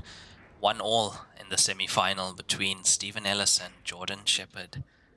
Weirdly enough, though, it appears like Maximiliano Osandin and Arfan Dad are still locked at 0-0, It unless there's does. one massive tactical frame going on at the moment there. 15 minutes of play already in the session. But, Oh, there we go. Maximiliano 1-0 on Arfan Dad. Score just loaded. yeah, and I think that must have been a tactical battle there. As you say, 15 minutes of play. Matches were started at the same time on that other semi-final. And now Jordan Shepherd to break in this third frame. It is alternate break format.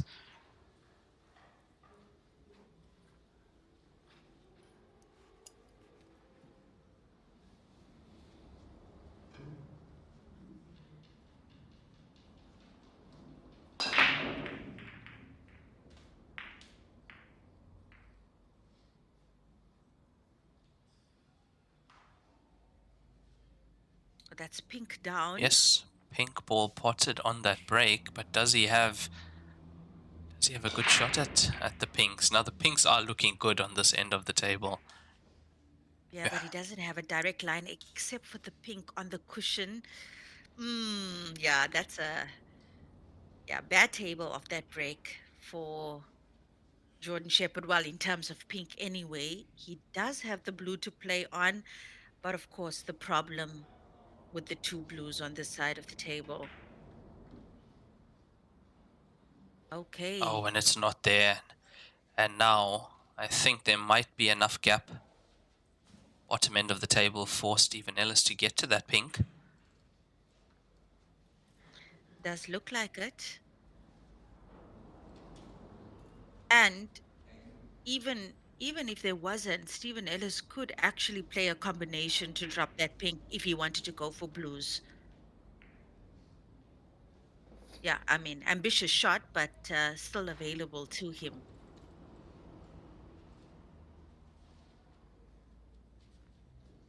Yeah, looks like he's going blues, and I He won't be is. surprised if he uses the blue in the other corner pocket to get an advantage, or just take control of this pocket now. Maybe even the double drop. Yeah, that is there. Can see it. That Yeah, would the pink leave is quite deep in the pocket. 5 pinks left if he doesn't get it right for Jordan Shepherd. And yeah, I think he's definitely looking at this. If not, definitely to secure the pocket, but he's played it. Yeah, Yeah, he was going for the double drop. Yeah. he played it full on, but the blue just didn't follow. But at the same time, look at the cue ball. Mm, Excellent cue ball good cue placement. ball. Yeah, I don't think Jordan Shepherd has much. The looks like the black might be in the way as well of the pink across the table, unless, of course, Jordan can double it to the corner pocket. And I Almost. would say that's what he was trying to do. He was trying to get that pink there, secure that pocket again for pinks. Hasn't left an easy table either for Stephen off that shot. So good visit there from Jordan Shepherd. Yeah, not at all. Hasn't left anything easy. He's left a 3-ball combination. Blue, pink, blue, if Steven wants to pot the blue, but deciding not to.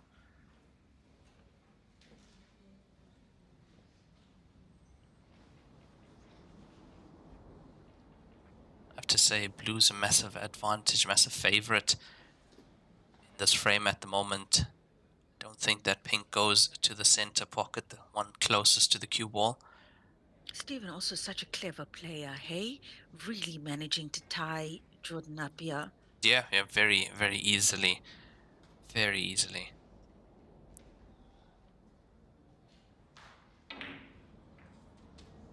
Yeah, played to pot the blue, and this is heading towards the center, but it's not there. That's legal shot from Jordan Shepherd. You can pot your opponent's ball as long as you make contact with your ball first. Does Stephen have the center pocket blue available? Difficult to That see would whether be the he's got a one. straight line. Yeah, Yeah. that would be the one. If he does have that, then he could go on and possibly make the clearance.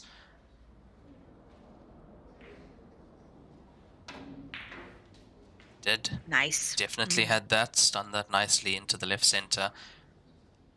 And now I would say it's all about getting position on that blue bottom end of the table on our side. At the moment it is available into just one pocket, and that's the bottom left.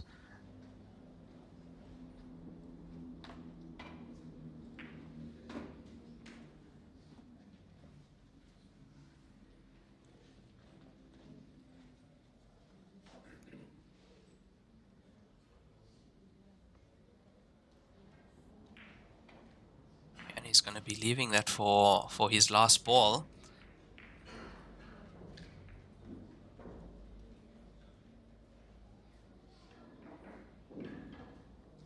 Yeah, he needs to get onto the right side of this blue, and I'm thinking perhaps using the cushion closest to the blue now to come up.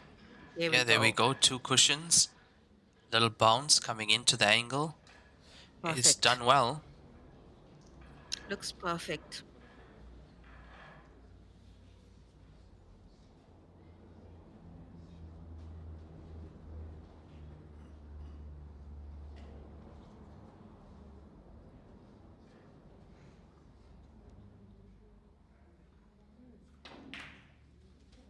Yeah, very nicely done. And yeah, Stephen Ellis is definitely on form in the semi-final. And as he takes the black to go 2-1 up, just from the other table, Maximiliano Osanden now 2-0 up on Arfan Dad in the other semi-final. How the tables have turned, Raymond. Yeah, definitely. And I'm just looking at Max's run to the semi-final. He's gone through players from Peru on his way. Yeah, players from Peru and Chile as well. So this match now against Arfan Dad is his first match against one of the internationally experienced Heyball players, if I could put it like that. And I mean, he's definitely holding his own 2-0 up in that race to 7.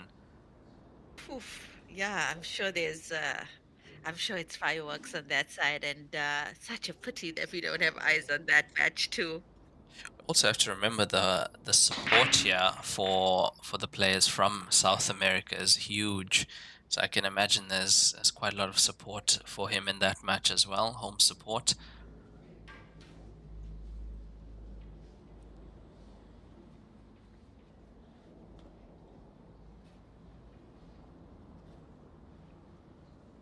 That is a try break from Stephen Ellis in this fourth frame. Stephen Ellis leading 2 frames to 1 in this race to 7 semi-final match. We have been playing for just under 30 minutes. Blue for the center pocket here, and should be smooth sailing. Yeah, we might see another quick one here from Jordan Shepherd. Back to that clearance from Stephen Ellis in the third frame. It was a decent clearance, that, Raymond. I think we get so caught up in and mesmerized, but how quickly Jordan Shepherd attacks a frame and does what he wants, like completely from gut. And then you have a player from Stephen Ellis, all a lot more clinical, a lot more methodical, and making sure with every visit that he's either coming back to the table or he's creating a better advantage of himself to go for it. Yeah, it definitely is, and I mean, so much experience comes with Stephen Ellis to this game. I mean, we've had him in the last 32 at the Grandmasters finals as well. So some great performances from him in the game of Heyball over the past few years, and yeah, he's one of those players that will do anything to get that point on the board. Now, looking at the table here, you'd think that he'd want to leave the blue by the center pocket for his last ball to get to the black, right? However, okay, maybe he still will, but the other one, Little touch because into the because of pink. the yeah, I don't know whether the black ball has a straight line to the corner pocket on the left side of the table. From this view, it looks a little bit obstructed, but if it's not, then it makes sense why Jordan is doing what he's doing now.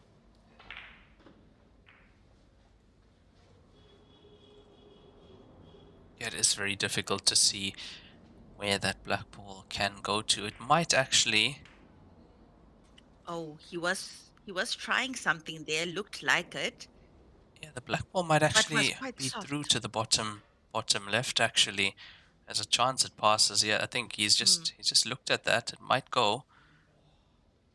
But now there's a lot of traffic as well around the black, so he needs like some really good cue ball control to find that space. when he gets there, but I don't think it should be a problem. And yeah, I think it goes to bottom left because he's not phased at all. Doesn't look like he's phased at all about the black ball. And he's got the blue at the center of the pocket to connect him. Yeah, that is a good connector as long as he has a bit of an angle and he's not hampered by the pink ball, which I think he's okay with. He's come around the right side to have a look whether it goes.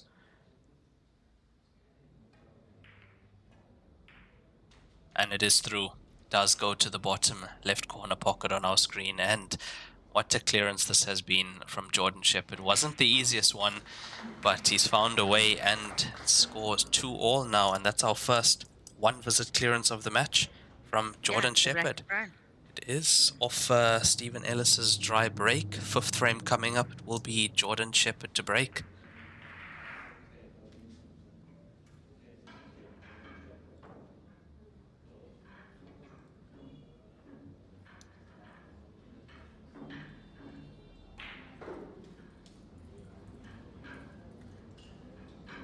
Maximiliano and Arfan Dad still on the score 2-0. Maximilian on Miliano on 2-0 up on Arfan Dad there in that match. So they're still busy with the third frame.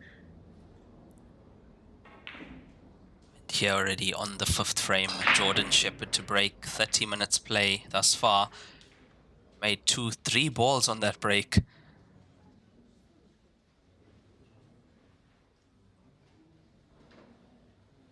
Oh, it would have been nice if he had. Oh, I think he's got a shot on pink. And I think the He pink does. outside the center pocket actually might just pass into that gap. Yeah, if Now it it's does, this Yeah. is problems for Stephen Ellis because Yes. I mean they're all there. There's 2 outside the pocket. And the 2 pinks on the right-hand side of the table also doesn't look like much of a problem there. Looks like the one passes clean into the pocket. So what is he doing? Is he going to swerve here? Is he not taking on the other corner pocket first? Nice to see him take some time to consider the options here. Yeah, no, that's what I've seen from Jordan Shepherd on his first visit. He usually does a walk around, plans his route very well, and after that it's go time. And then he's able to make those clearances that quickly. Yeah, and he's got good shape on the pink for the center pocket now. And that's what makes him such a dangerous player. I mean, he's able to get through the frame so fast because of his routing and shot selection. Yes. And that's what he Yes. plans when he looks at the table for 20 seconds on his first visit. And yeah, he's able to put the cue ball exactly where he wants it, go through his route exactly how he planned it. But his routing is excellent. Routing and shot selection. That's a beautiful mind type stuff there from Jordan Shepherd, honestly. Because once and I know, and we've seen other players as well, so adept at doing that. That the first shot that they take, the rest, everything else just looks simple after that. But it's just all that decision making on how to approach that first shot. And Jordan Shepherd does it really, really well. That's why we've seen clearance after clearance from him.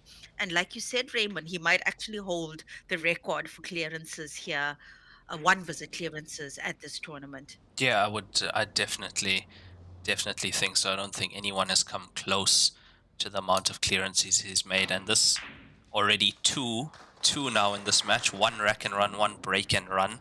And that's 2 in a row as well, as he puts his third point on the board in 4 minutes. Beautiful stuff. And like you said, it's trouble for Stephen Ellis because he's also going to have to answer in the same tone to keep Jordan off the table because, yeah, Jordan, I'm sure Jordan is so hungry for a title now. He's been at a couple of these events and this is one of his best showings at a Continental Open. It definitely is. And yeah, from 2-1 down to 3-2 up in, I'd say, definitely under 10 minutes. Jordan Shepherd with 2 quick 1 visit clearances to put the pressure on Stephen Ellis now in the semi-final. And while Jordan cleared 2 tables, it seems like Maximiliano and Arfan Dad still fighting for Yes. that 3rd point.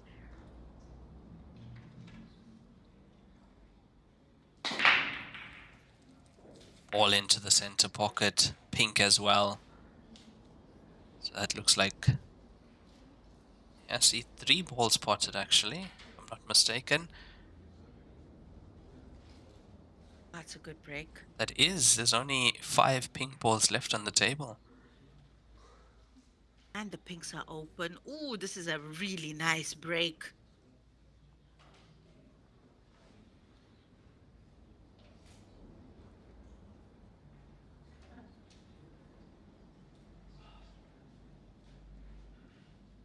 I think it's just a matter if that pink ball just outside the right center pocket next to the blue, if it goes into that center. If it doesn't, he's going to have to either just nudge the pink or blue, or play that to a different pocket.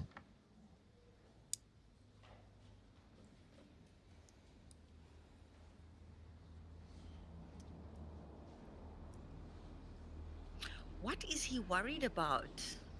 I think that's the reason. It's that ball, and also his route to the black ball, which ball to keep as his last ball. I think that's the reason he's taken a bit of time now. He's got into the blue. Is he on anything? I can't tell from this angle.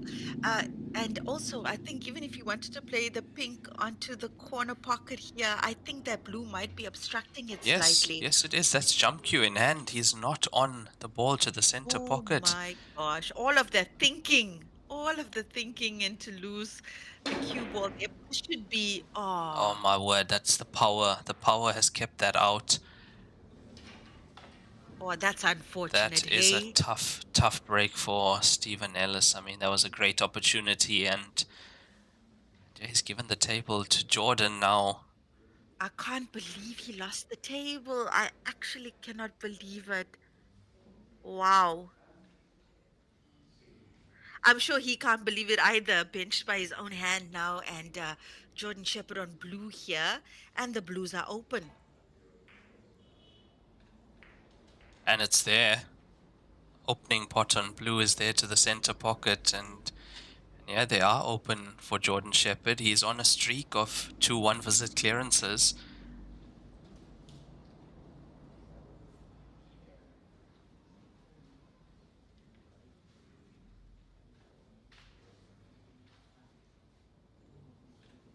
Well, we haven't heard any oohs and ahs on that other semi-final, so I guess they're still also locked in at 2-0 still. Maximiliano currently 2-0 up on Arfan Dad in the other semi-final.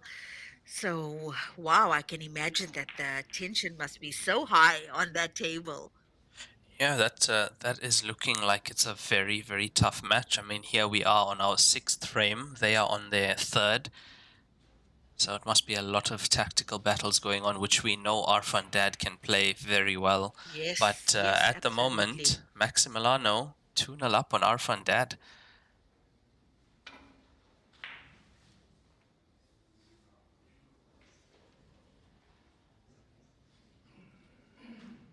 Has he gone for that pink to the center pocket? I think he did. I think he did. And Are we the only ones who don't play banks to the center pocket? I think so. What are we doing in Africa? Because that's the norm from what I've seen from Jordan onwards. That's the norm. Bank to the center off a balk or bottom cushion is normal. I'm so surprised, and they're coming close. Very Oh, that close. is And I mean, we saw at least 2 or 3 players make those banks effortlessly yes, and in this tournament alone. there was one in Jordan on the black ball against Liu Xin. Yes. He misses that. He loses the frame instantly, and yeah, pressure black ball banked off the bottom cushion to the center pocket.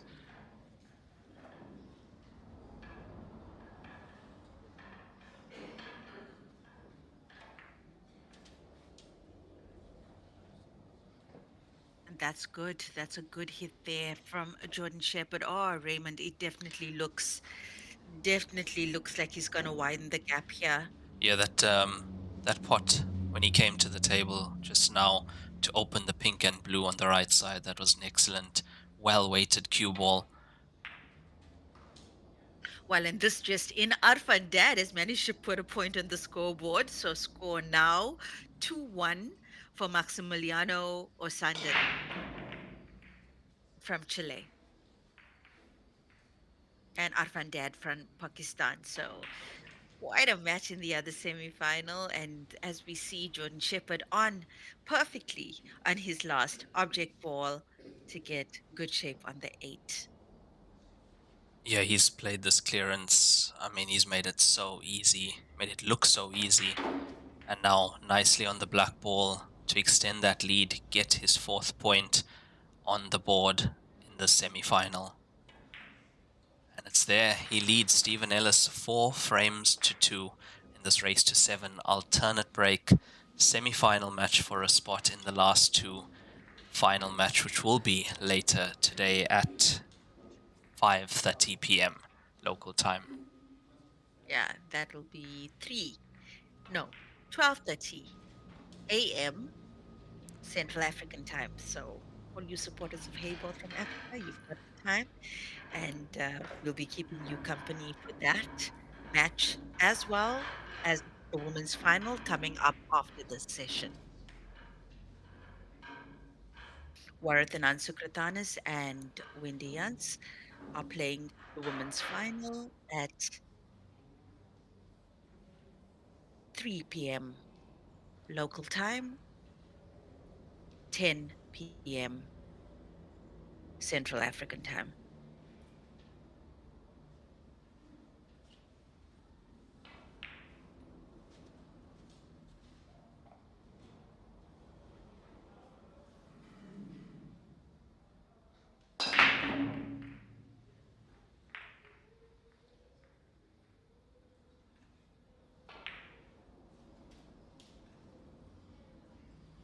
That's another dry break. This time from Jordan Shepherd, which brings Stephen Ellis to the table. And yeah, a little bit of a problem on the left-hand side of the table with pinks and blues closest to the black, which Stephen Ellis is having a look at right now. I'm actually quite surprised by the dry break from Jordan. I mean, he's been potting so well on the break, some really big breaks from him. The reason why he's had so many break and runs in the tournament. I mean, of those, I think we've already seen 4 or 5 just from his matches on the TV table up to this point in the tournament.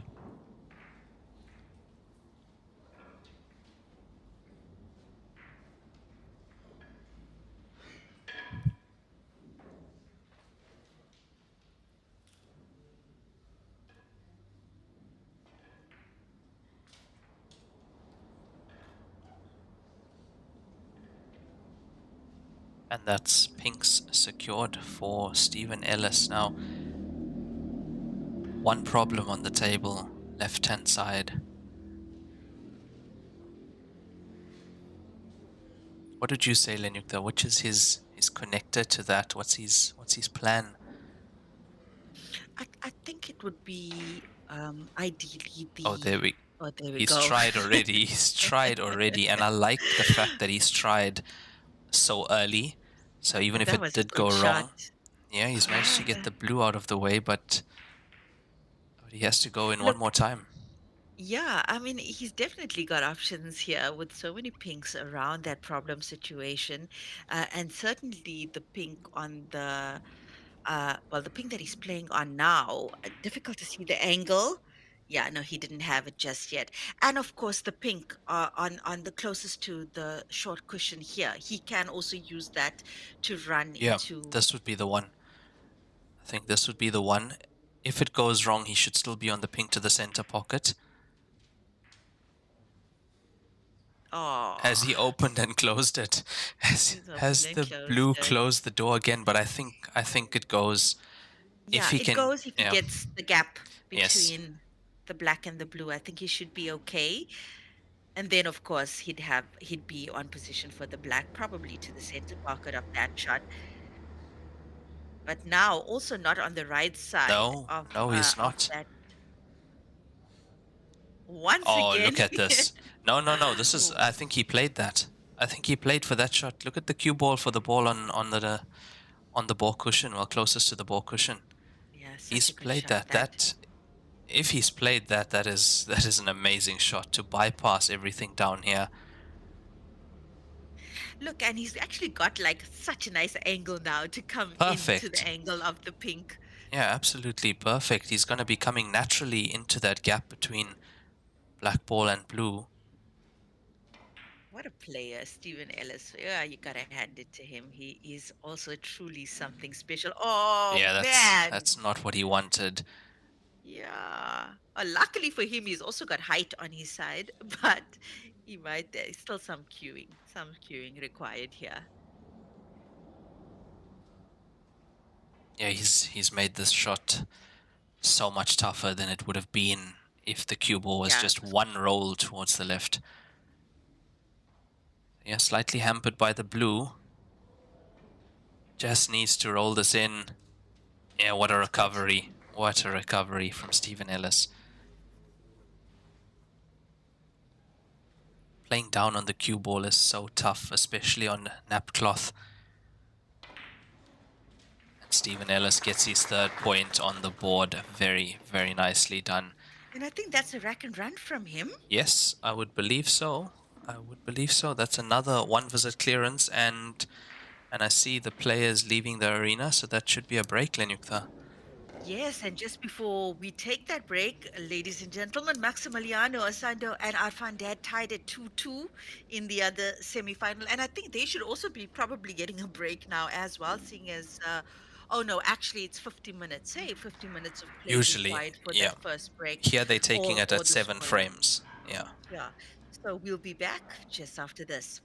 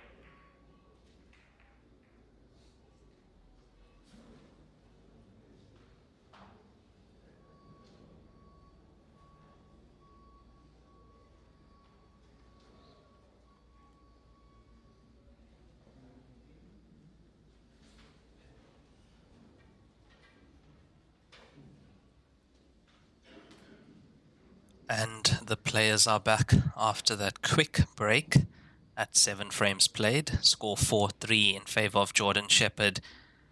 And Stephen Ellis now to break in this 8th frame.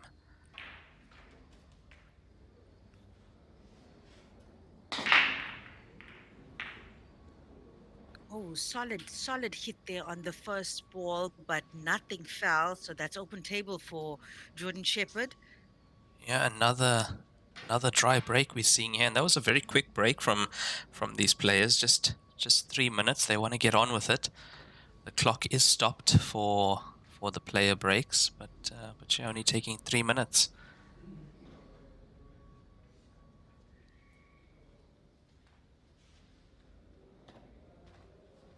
And as you said, Lenyukta scored 2-all on the other side, other semi-final. I think time might become an issue on that table. 4 frames played after almost 50 minutes.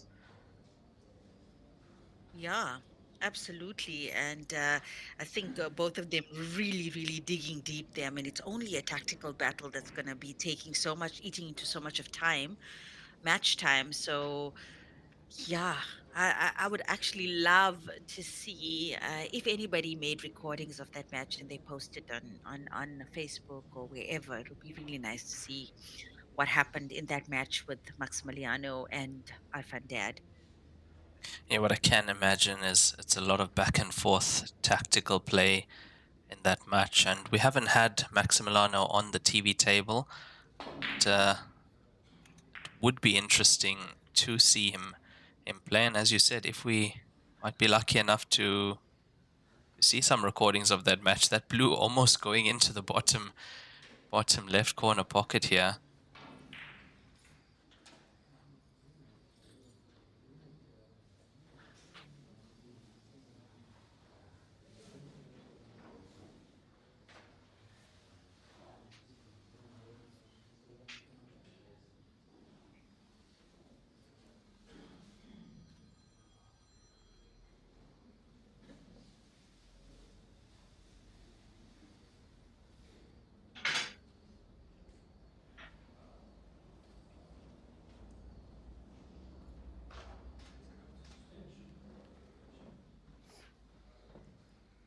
I think Stephen Ellis has called his extension. Our players get 45 seconds per shot, one extension of 30 seconds per frame, and quite rare to see in this tournament a player using the I was just extension. going Yeah, to say it's that. been so fast paced. I mean, the average shot time under 20 seconds easily. Yeah, I was just thinking that, Ray, but I don't recall any of the players calling extension previously at this tournament on the TV table anyway. So, yeah, but he's actually a very thoughtful player, and it's good. I mean, it's good that he plays to his strengths and he's making full use of the opportunities available to him, including that extension.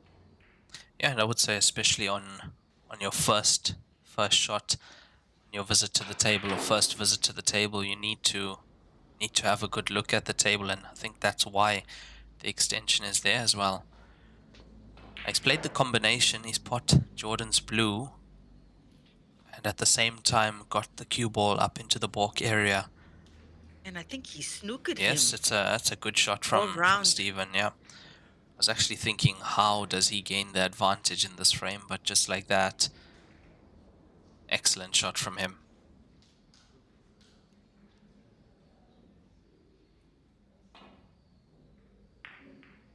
I think he grazed He that did. blue. Look, Yeah, blue just under the left center pocket. He grazed that, so legal shot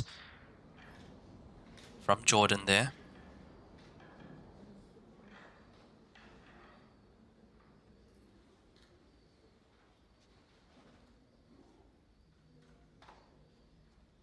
He's been quite lucky. He hasn't left Stephen Ellis with anything easy.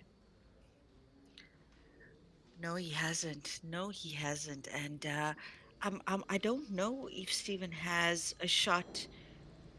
Okay, I'm still not sure which ball Okay, he was playing that one.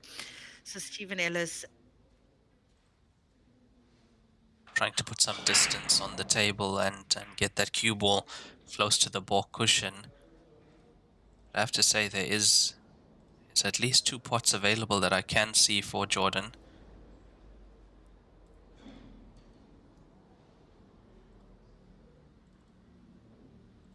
Yeah, and I think it'll probably be favorable for him to take on the one on the right side of the table first, considering the layout of the blues on this side, which he's doing now, and that looks good. Oh, what a That looks pot that good. is.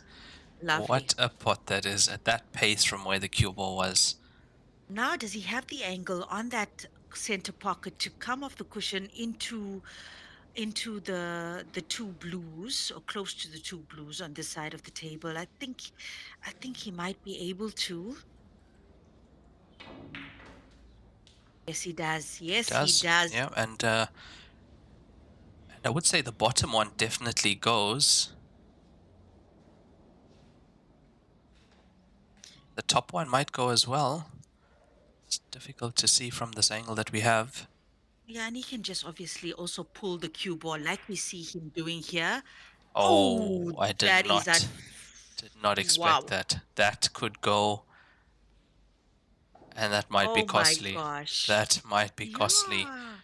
It's not often we see Jordan miss a ball like that. And that clearance looked almost certain just a few seconds ago. And I think he's left him on for the corner pocket here on our side of the table. Yeah, I mean, that was But started by that excellent opening shot on that visit to the bottom right corner pocket from that distance. from the looks of it, though, I saw Stephen on the other side of the table looking at where to put the cue ball to not leave Jordan with anything. So yeah, I'm not completely convinced that he's gonna go for a clearance here just yet. Also considering where the pink is on the side of the table in between the two blues. Yeah, and if there was a shot to do that or time to do that, it would be after this.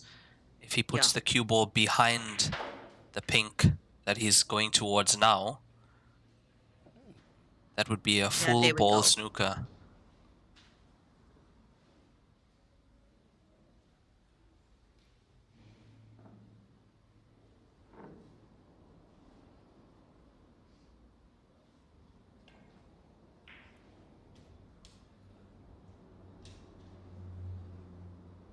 Well, Arfan Dad gone up 3-2 on Maximiliano Osanden on the other semi-final. And that's the first time in the match that Arfan Dad is in the lead. Yes, he was 2-0 down, I believe, Hmm. in that. And what has Stephen Ellis done? What has he left?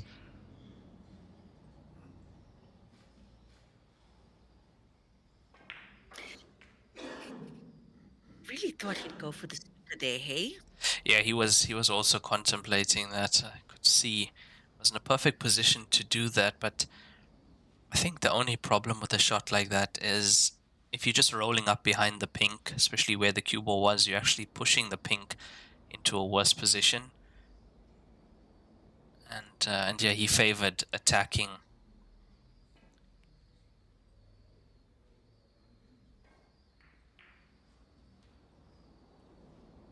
Hmm. Well, he's definitely left something available to Stephen here. Stephen could actually play the pink down to the corner pocket where the other pink is on the cushion. It's away from the cushion. He might even be able to pull off a combination pot there to the corner pocket. I don't think he has a straight line to the other corner pocket on the left side of the screen. And of course, the center pocket ball that he's playing on now. Yeah, that was too risky to go for the pot there. Went for cue ball positioning, and it He's doesn't look left too the. bad. Does Hmm, that the blue on the right side? I don't think it I don't think it passes. passes.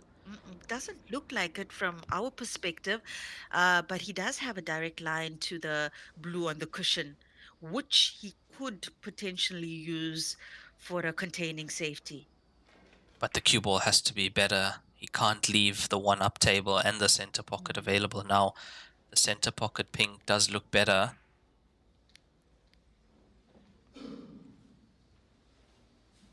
Yeah, not good enough. He's left some tempters for Stephen Ellis.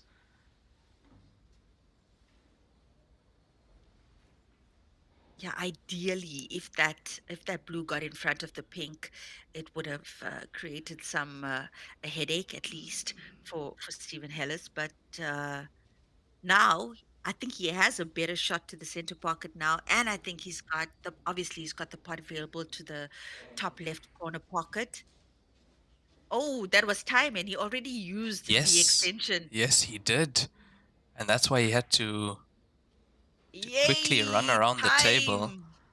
Time got the better of him there.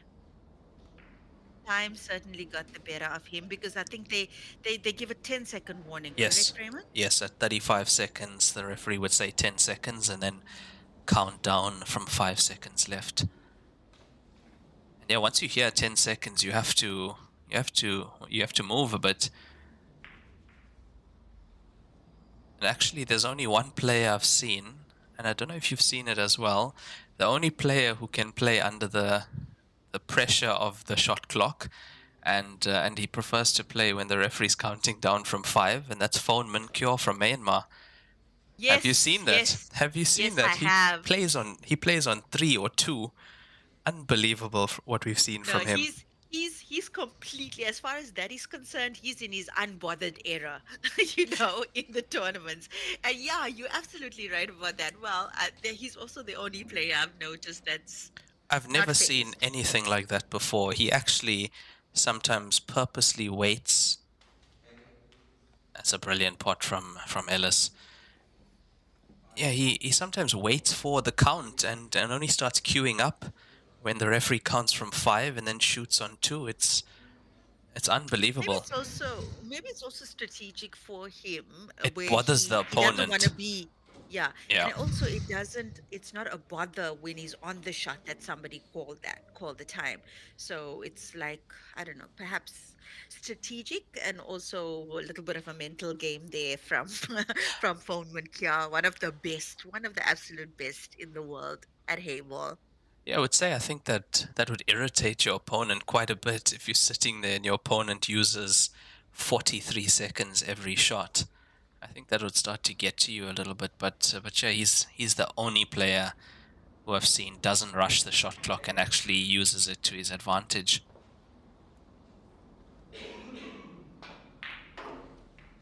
Oh, that's nice. That's nice. Okay, luckily for him, didn't run too much with the cue ball, and he looks like he's got a straight line to the top pink. Yeah, one more roll and he would have been in trouble there, Mm. but he looks to be good. And yeah, that's important now to equalize this match.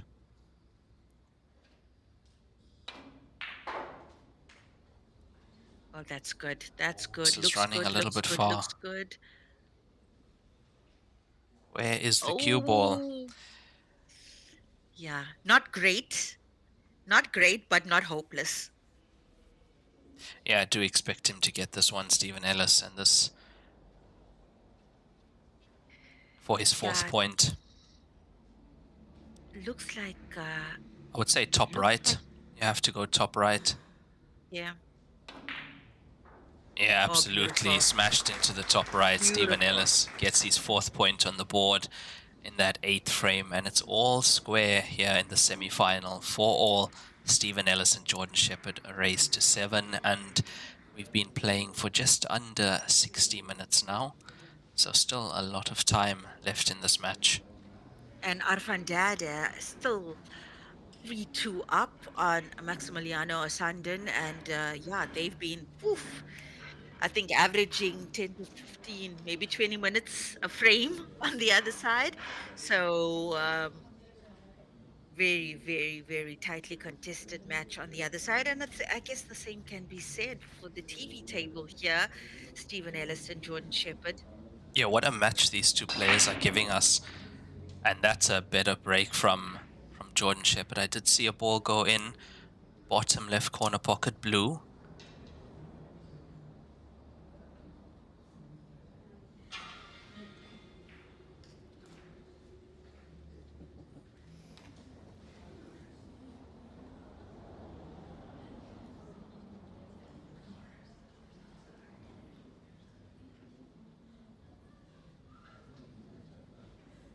And he's going for blues also.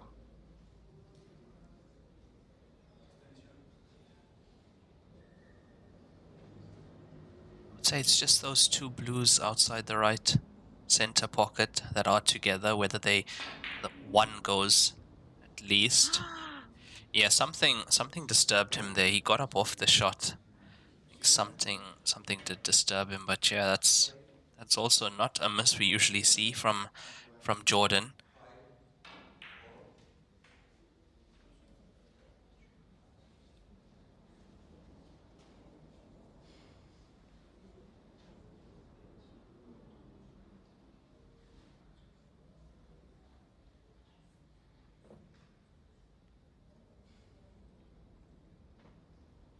Now it is still an open table for Stephen Ellis. He's managed to equalize at 4-all.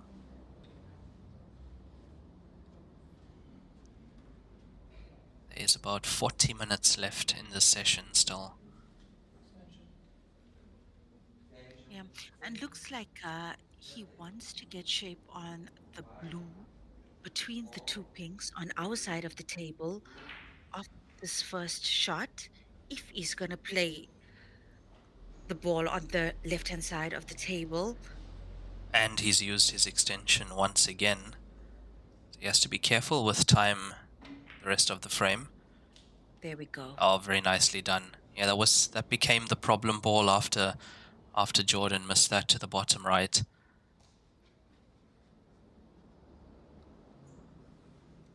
Yeah, and I think the two balls that are on the far right of the table is not too much of a problem if he gets onto the other side of the table and plays at least one of them down to the corner pocket. That should make light work of that situation over there. Yeah, that taking one should open up the other one and open to the corner and center then as well. So far, so good. He's got an angle on the blue to the center pocket as well. Left center on our screen. And I see him like coming off the top cushion to get shape on the last three remaining blues.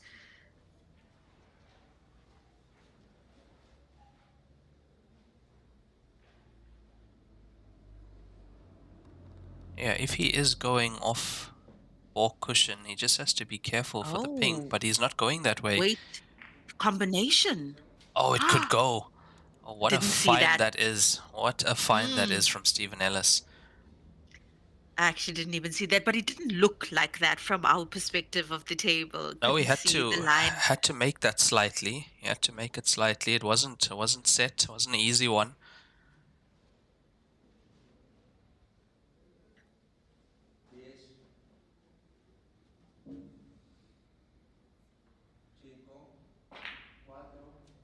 Look at Oh, that. very Oh, nice. he's skewing very Very nicely. nice. That is a very confident pot. I think he's okay though. Is he though? Unless he's come he too this? far, he should be on the bottom blue, if not the top. Oh yeah, okay. Doesn't look phased. So that definitely passes. Yeah. Oh, that's nice. Now black ball.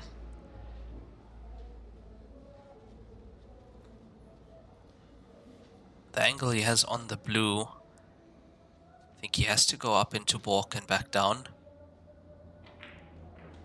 No, he was able to stop on the pink. Yeah, very nice. It's nice. Yeah, That's used the pink very nicely. I mean, a shot like that can go wrong if you catch the pink half ball or quarter ball. But yeah, very controlled from Stephen Ellis.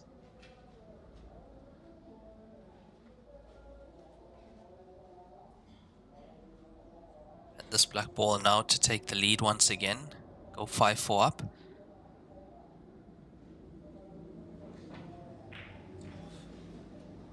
Oh my How word. has he missed that? Oh my word. All that work. And so much of work. There was a lot of work he did on that clearance. Well, Jordan Shepherd plans his route. Looks like the score is still standing at 3-2 beat on the other semi-final for Arfa and Dad. It could be that they are on an intermission, Raymond. That's also possible. Yes, because there yes, has definitely. been more than 50 minutes played in that match. So I'm sure if that is the case, they should be returning back. Oh, has he managed the snooker here? Yes, jump cue in hand, but I still can't believe that Stevens missed that, and I'm sure Jordan can't either. I mean, Well, wasn't a great shot from Jordan either. He should have no, actually made that no, it thing. wasn't. Oh, and Oh, he's almost redeemed himself there. It was a good attempt. almost. Almost.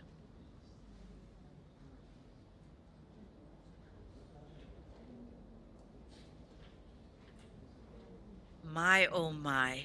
My oh my. Well, the black ball nice and centered on the table now, so all the pressure on Yeah, pressure on Jordan Shepherd. Shepherd. Yeah.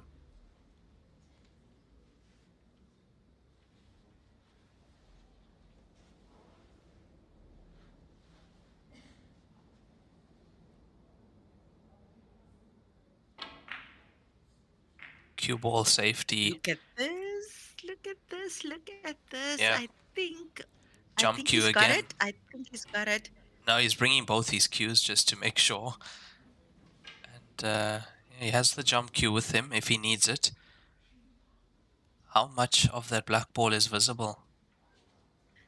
And if he does have a little bit of it, he could potentially cut it for the center pocket, I think. Yeah, what a slice that would be. I mean, and that would be the only part of the black ball he does have.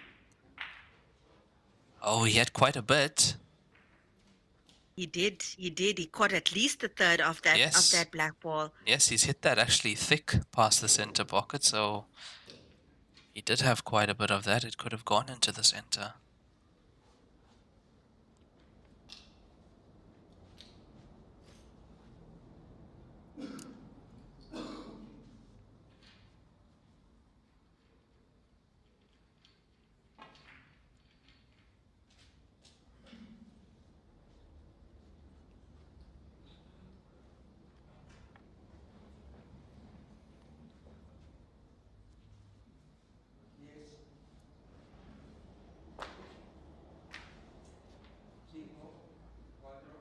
It's a good pot on the ball cushion to the top right corner pocket from Jordan Shepherd. And I can hear the ref Oh my counting word. Jordan on Shepherd, the another miss. snookered. Stephen once again, and that's luckily for him, not a bad snooker. Yeah, I heard the ref counting down on the other table, a shot clock. So that means that that match is currently underway once again.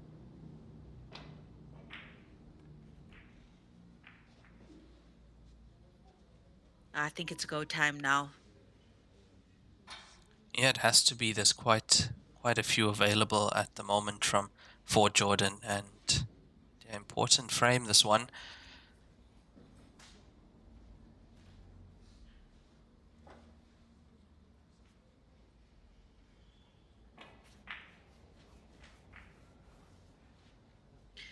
Yeah, but he didn't. I'm surprised. I don't know if that was No, intentional. it was not. Wasn't. Yeah, because Definitely not intentional to push the black yeah, safe. I mean a clean clearance here would have been on the cards for him, and yeah, a little bit of a miscalculation from Jordan Shepherd there, and he's made this a little bit harder than it needs to be. Well, also got the connectors around that He black does. to Yeah, promote it if he needs to. So luckily for him, still in it here, still looking good. he definitely does. He got two ways to move that black ball, either the center pocket or the ball down to the top left.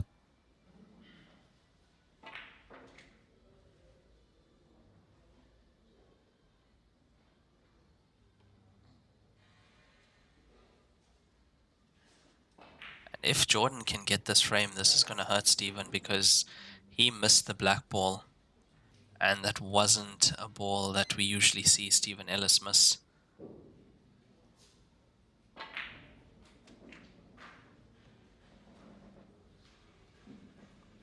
Even with this shot and him being able to promote the black here, he's also have to be so careful. He has to be so careful. It's the right touch is so important.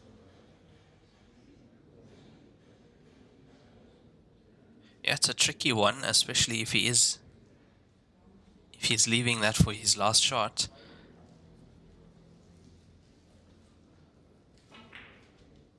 which he is. And I think he's done that because he didn't want the black to obstruct the potting angle of the remaining pink. So, well, here we go. And I think he'll be able to pull into the black here, Raymond. What do you think? Yeah, he should. He should be Oh, able to pull into the black ball and just knock it over the center pocket at least. Or, oh, look at oh that. my word, it's on the wrong Oh, side. yes, it is. Yes, it is. And is the bank available to him? Is the indirect shot available to him? He's lucky it Will didn't he go in. rather play tactically? Would he rather play tactically here? I mean, he could potentially, depending on whether that black ball is frozen or not, he could actually just, kiss that black and leave the cue ball right next to it. But looks like he's going for the bank, to the indirect bank. It's not Does he there. get it? It's Does he not get it? there. Oh, ew, that is sore. That is really, really, really sore. But Stephen Ellis has been gifted a point. I see the point already loaded here Yeah, for I Stephen see Ellis as that. well. I see that. Very quick with the scoreline. But you know what? For Stephen Ellis, that was a very important frame because it meant that he didn't pay for that miss. And he's lucky to get away with that one, I have to say. And Jordan just needed to touch.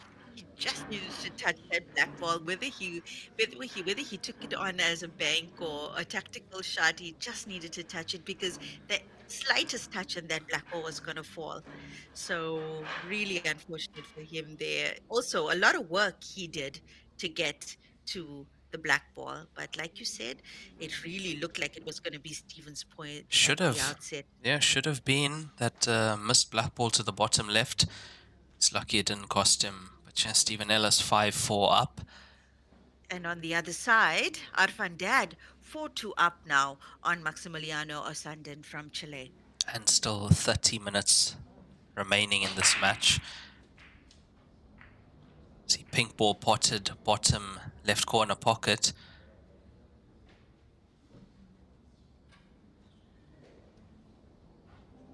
Look, I have to say that we haven't seen Jordan Shepherd play his absolute best in this match from what we saw on the TV table over the past 3 days. Yeah, just considering that he's been missing, I Yeah, think that's that's nuts the him. only thing. I mean, we saw him not miss through an entire session, maybe one miss in a session total. Five Of two sessions Yeah, that he had him 5 in. clearances per session, and yeah, that's why we are so surprised when we see Jordan miss a ball.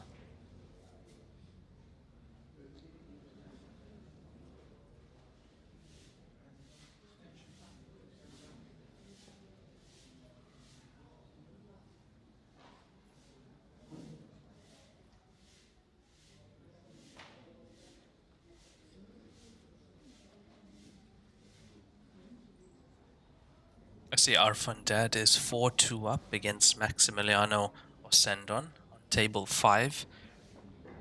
I would think also about 30 minutes remaining in that match. Oh, look at this. Look at this. Nice.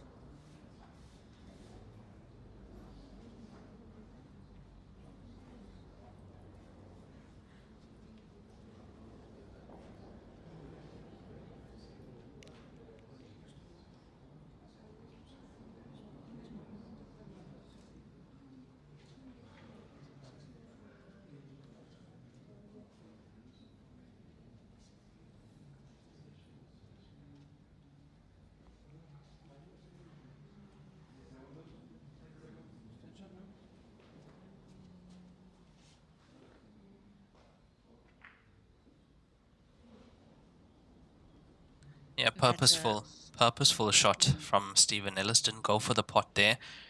Went for the cue ball positioning.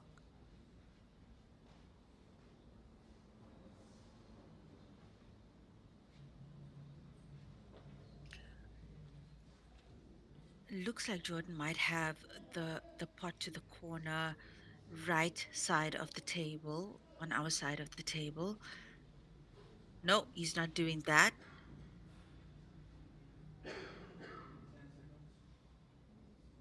He's just touching that. Mm. Oh, he was Oh. actually going for that. Didn't think Well, he I could get actually thought through. he was going to play the one closest to the cue ball at that Yes, and point, try and leave the but cue he ball didn't. safe.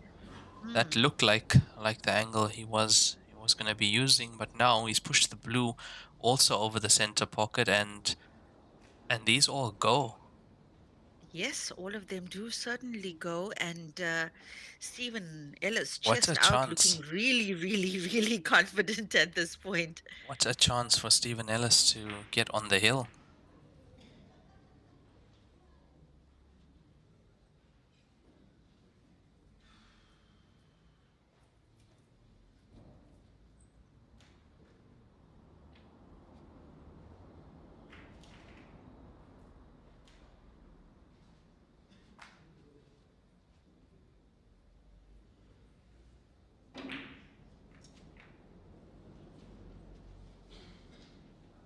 And I don't really see any problems for him to get the 6 point.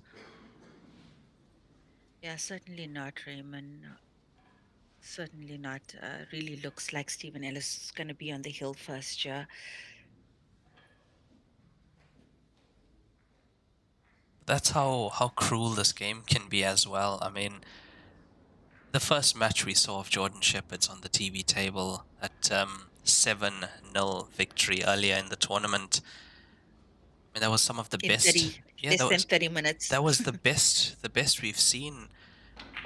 I think in all tournaments actually, 7-0 in 30 Mhm. minutes, 5 one-visit clearances. We have not seen form like that.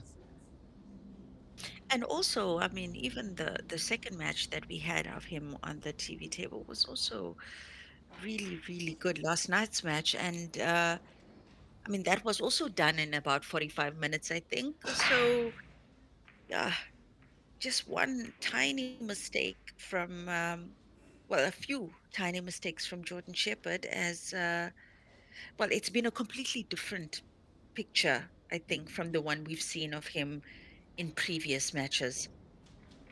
Yeah, and as you were saying, I mean, session to session, 95% of the time, Jordan Shepherd is playing the way we've seen. That, like the first few matches on the TV table, but this time he's not brought his best to the table yet, but still has time to catch up. He's 6-4 down against Stephen Ellis in the semi-final.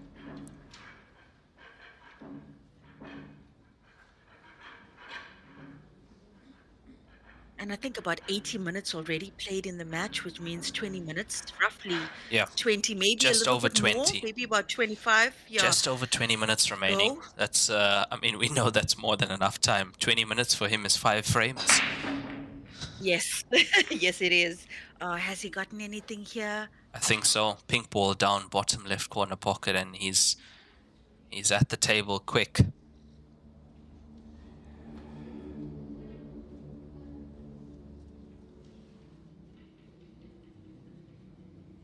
Now is he leaning towards taking blues?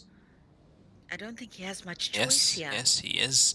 Yeah, I mean, you'd have loved to be on a pink. That's gone a little bit wrong for Mm, Jordan. mm. Oh my, oh my, oh my, oh my. Yeah, he is struggling a bit out there, is Jordan Shepherd.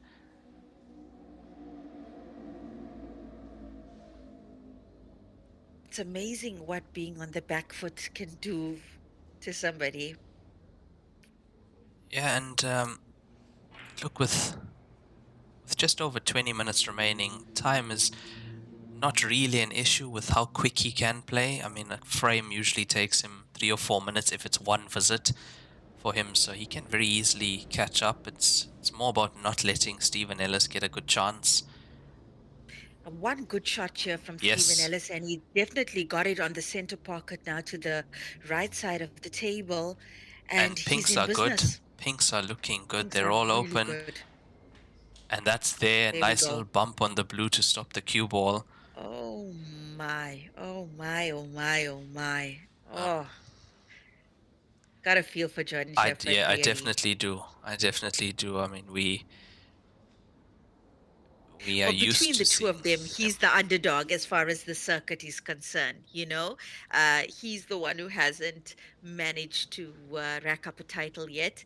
So, yeah, feeling for him right now. He's had such a good tournament and missing uncharacteristically in the semi-final has left Stephen Ellis open to punish him. Yeah, and also I think one or two dry breaks as well, because we have Stephen Ellis with a rack Mm. and run. There was a off Jordan's dry break, and yeah, one or two bad rolls as well. It all adds up, and especially in a race to 7, it can be done very quickly. If it's a race to, let's say, 21 or 19, things can change. But yeah, race to 7, you have to be on it from the get-go, try and take the lead, try and pull away, which is what Jordan Shepherd has done to every single one of his opponents before this. Oh, In but complete annihilation. that was match ball. Yes, it was. Yes, it That was. And the was pool match god's ball. definitely shining down on Jordan Shepherd now, and he's got to do something with this. Got to do so. And look at that. Look at that. Look at that. Nicely done. Oh, and I think Angle. he's got the angle. Yes, He's got angle the to angle for move the that blue. cushion ball. That was match ball from Stephen Ellis, that pink down to the bottom right. Oh, no, Not Jordan. enough. No, Jordan. Not enough.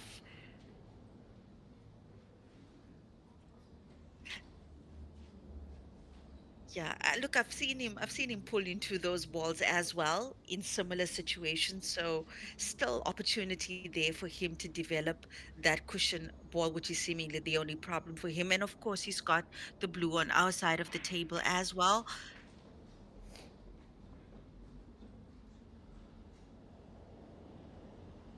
And My, oh my. about 20 minutes remaining in this match now. So that I think it's enough time with the pace at which Jordan Shepherd plays at.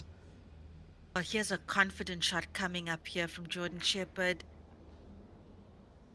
Looks good. That's there. Looks good. That's in. Beautiful. Yeah, what a shot from Jordan.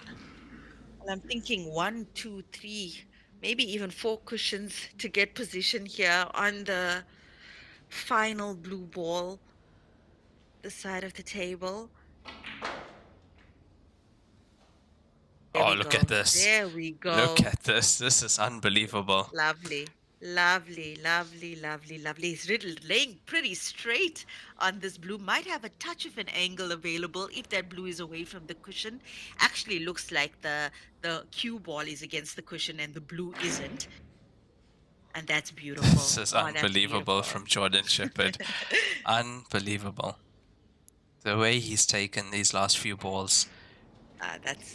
That's the Jordan Shepherd we've seen on the TV table on previous days, and he's done it. Managed to close the lead. Stephen Ellis 6-5 up in this race to 7. And on the other side, Still 4-2. still 4-2. My, oh my. Oof. And now Stephen Ellis to break. Sure, there's a tactical masterclass currently underway in that other semi-final with the Maximiliano Sanden and Arfan Dad. Still tied, still locked in at 4-2. Arfan Dad in the lead. Oh my! Miscue. That is a miscue from... Yeah, there's a miscue, and that's a re-rack. Jordan Shepherd will take the re-rack. 4 balls didn't make contact with the cushion. Yeah, I mean, and that he had to. He has to take the re-rack because there was really nothing for him to do with that, and of course he has to make a ball here. So important that he makes a ball in this break. 16 minutes left in the session now.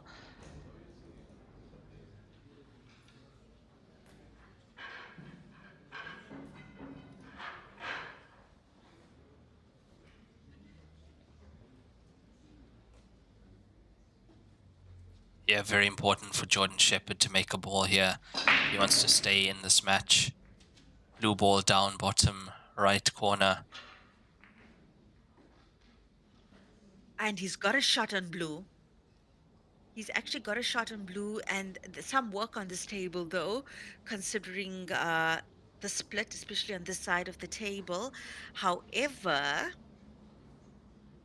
yeah, I think this is doable. Really looks doable for him, a player of his caliber. And even with the two balls, the two blues being where it is on this cushion closest to us, he can definitely develop them, Raymond. He can. He can. He has the angle here as well. And yeah, if he can do something and get those blues into a better place.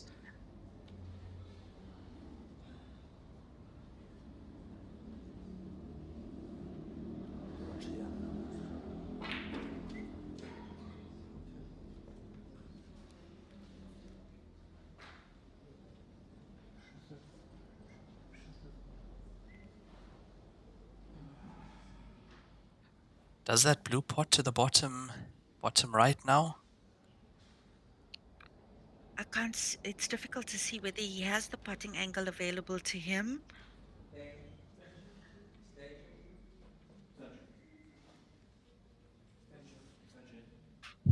He's also taken his extension now.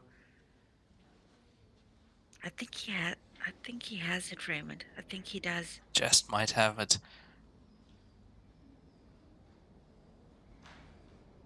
Oh, how important is this now for Jordan Shepherd? It's the first time we're actually seeing him playing from being down. My oh my! Look, and he's got that corner, the center ball available to him on the right side of the table now. Connects him to the other center, which connects him to the last blue ball.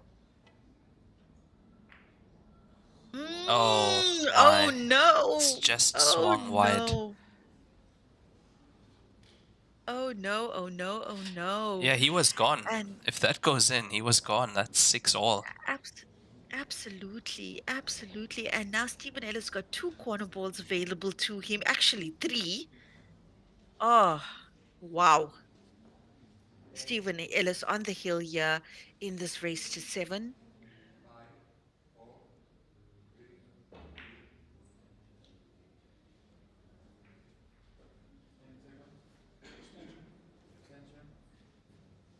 He's taken his extension as well as Stephen Ellis, so both players. And that's going to go in. That's in as well. My oh my. And he's on one of the pinks to the right center pocket on our screen. Yes, it definitely goes on the right side of the table. Arvan Dad and Maximiliano still locked at 4-2 in Arvan Dad's favor in the other semifinal. Yeah, and that match might come down to time.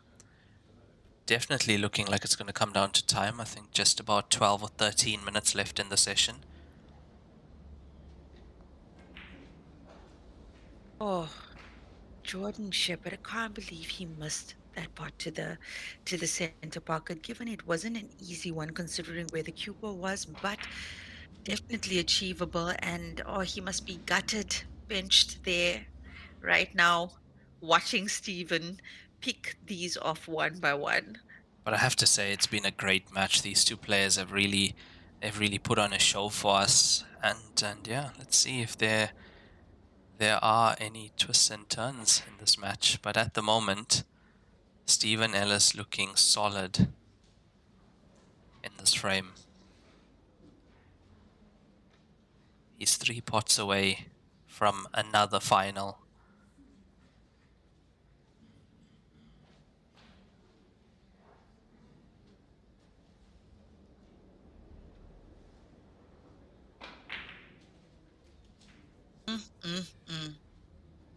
He's good. It's okay, he's good. He's good. He's got enough of an angle to actually swing the cue ball around. Yeah, it looks like he could either make this black ball in the corner pocket Or or the center. center pocket. Yep.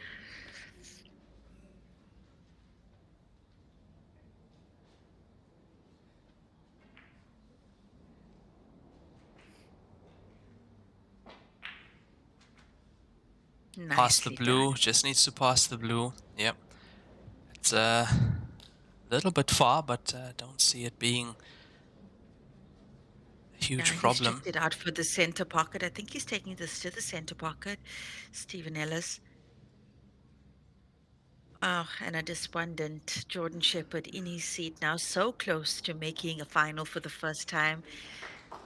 And he's done it. That was beautiful stuff from Stephen Ellis. What a player. Well deserved victor, Raymond. Yeah, very well deserved. Stephen Ellis goes through to yet another final in these continental events with that victory, 7-5 over Jordan Shepherd. So we have our first finalist. That final will be at 5:30 local time, and if things continue the way they are on the other table, it will be Arfan Dad through as well. I think just about 10 minutes left Well, now. Massimiliano just took his third point, so Arfan Oh, Dad now okay. 4-3 up. Okay, so And there's still enough time. yeah, It's still enough time for one frame at least. And yeah, we will be back for the ladies final that is in just about an hour's time at 3 p.m. local time.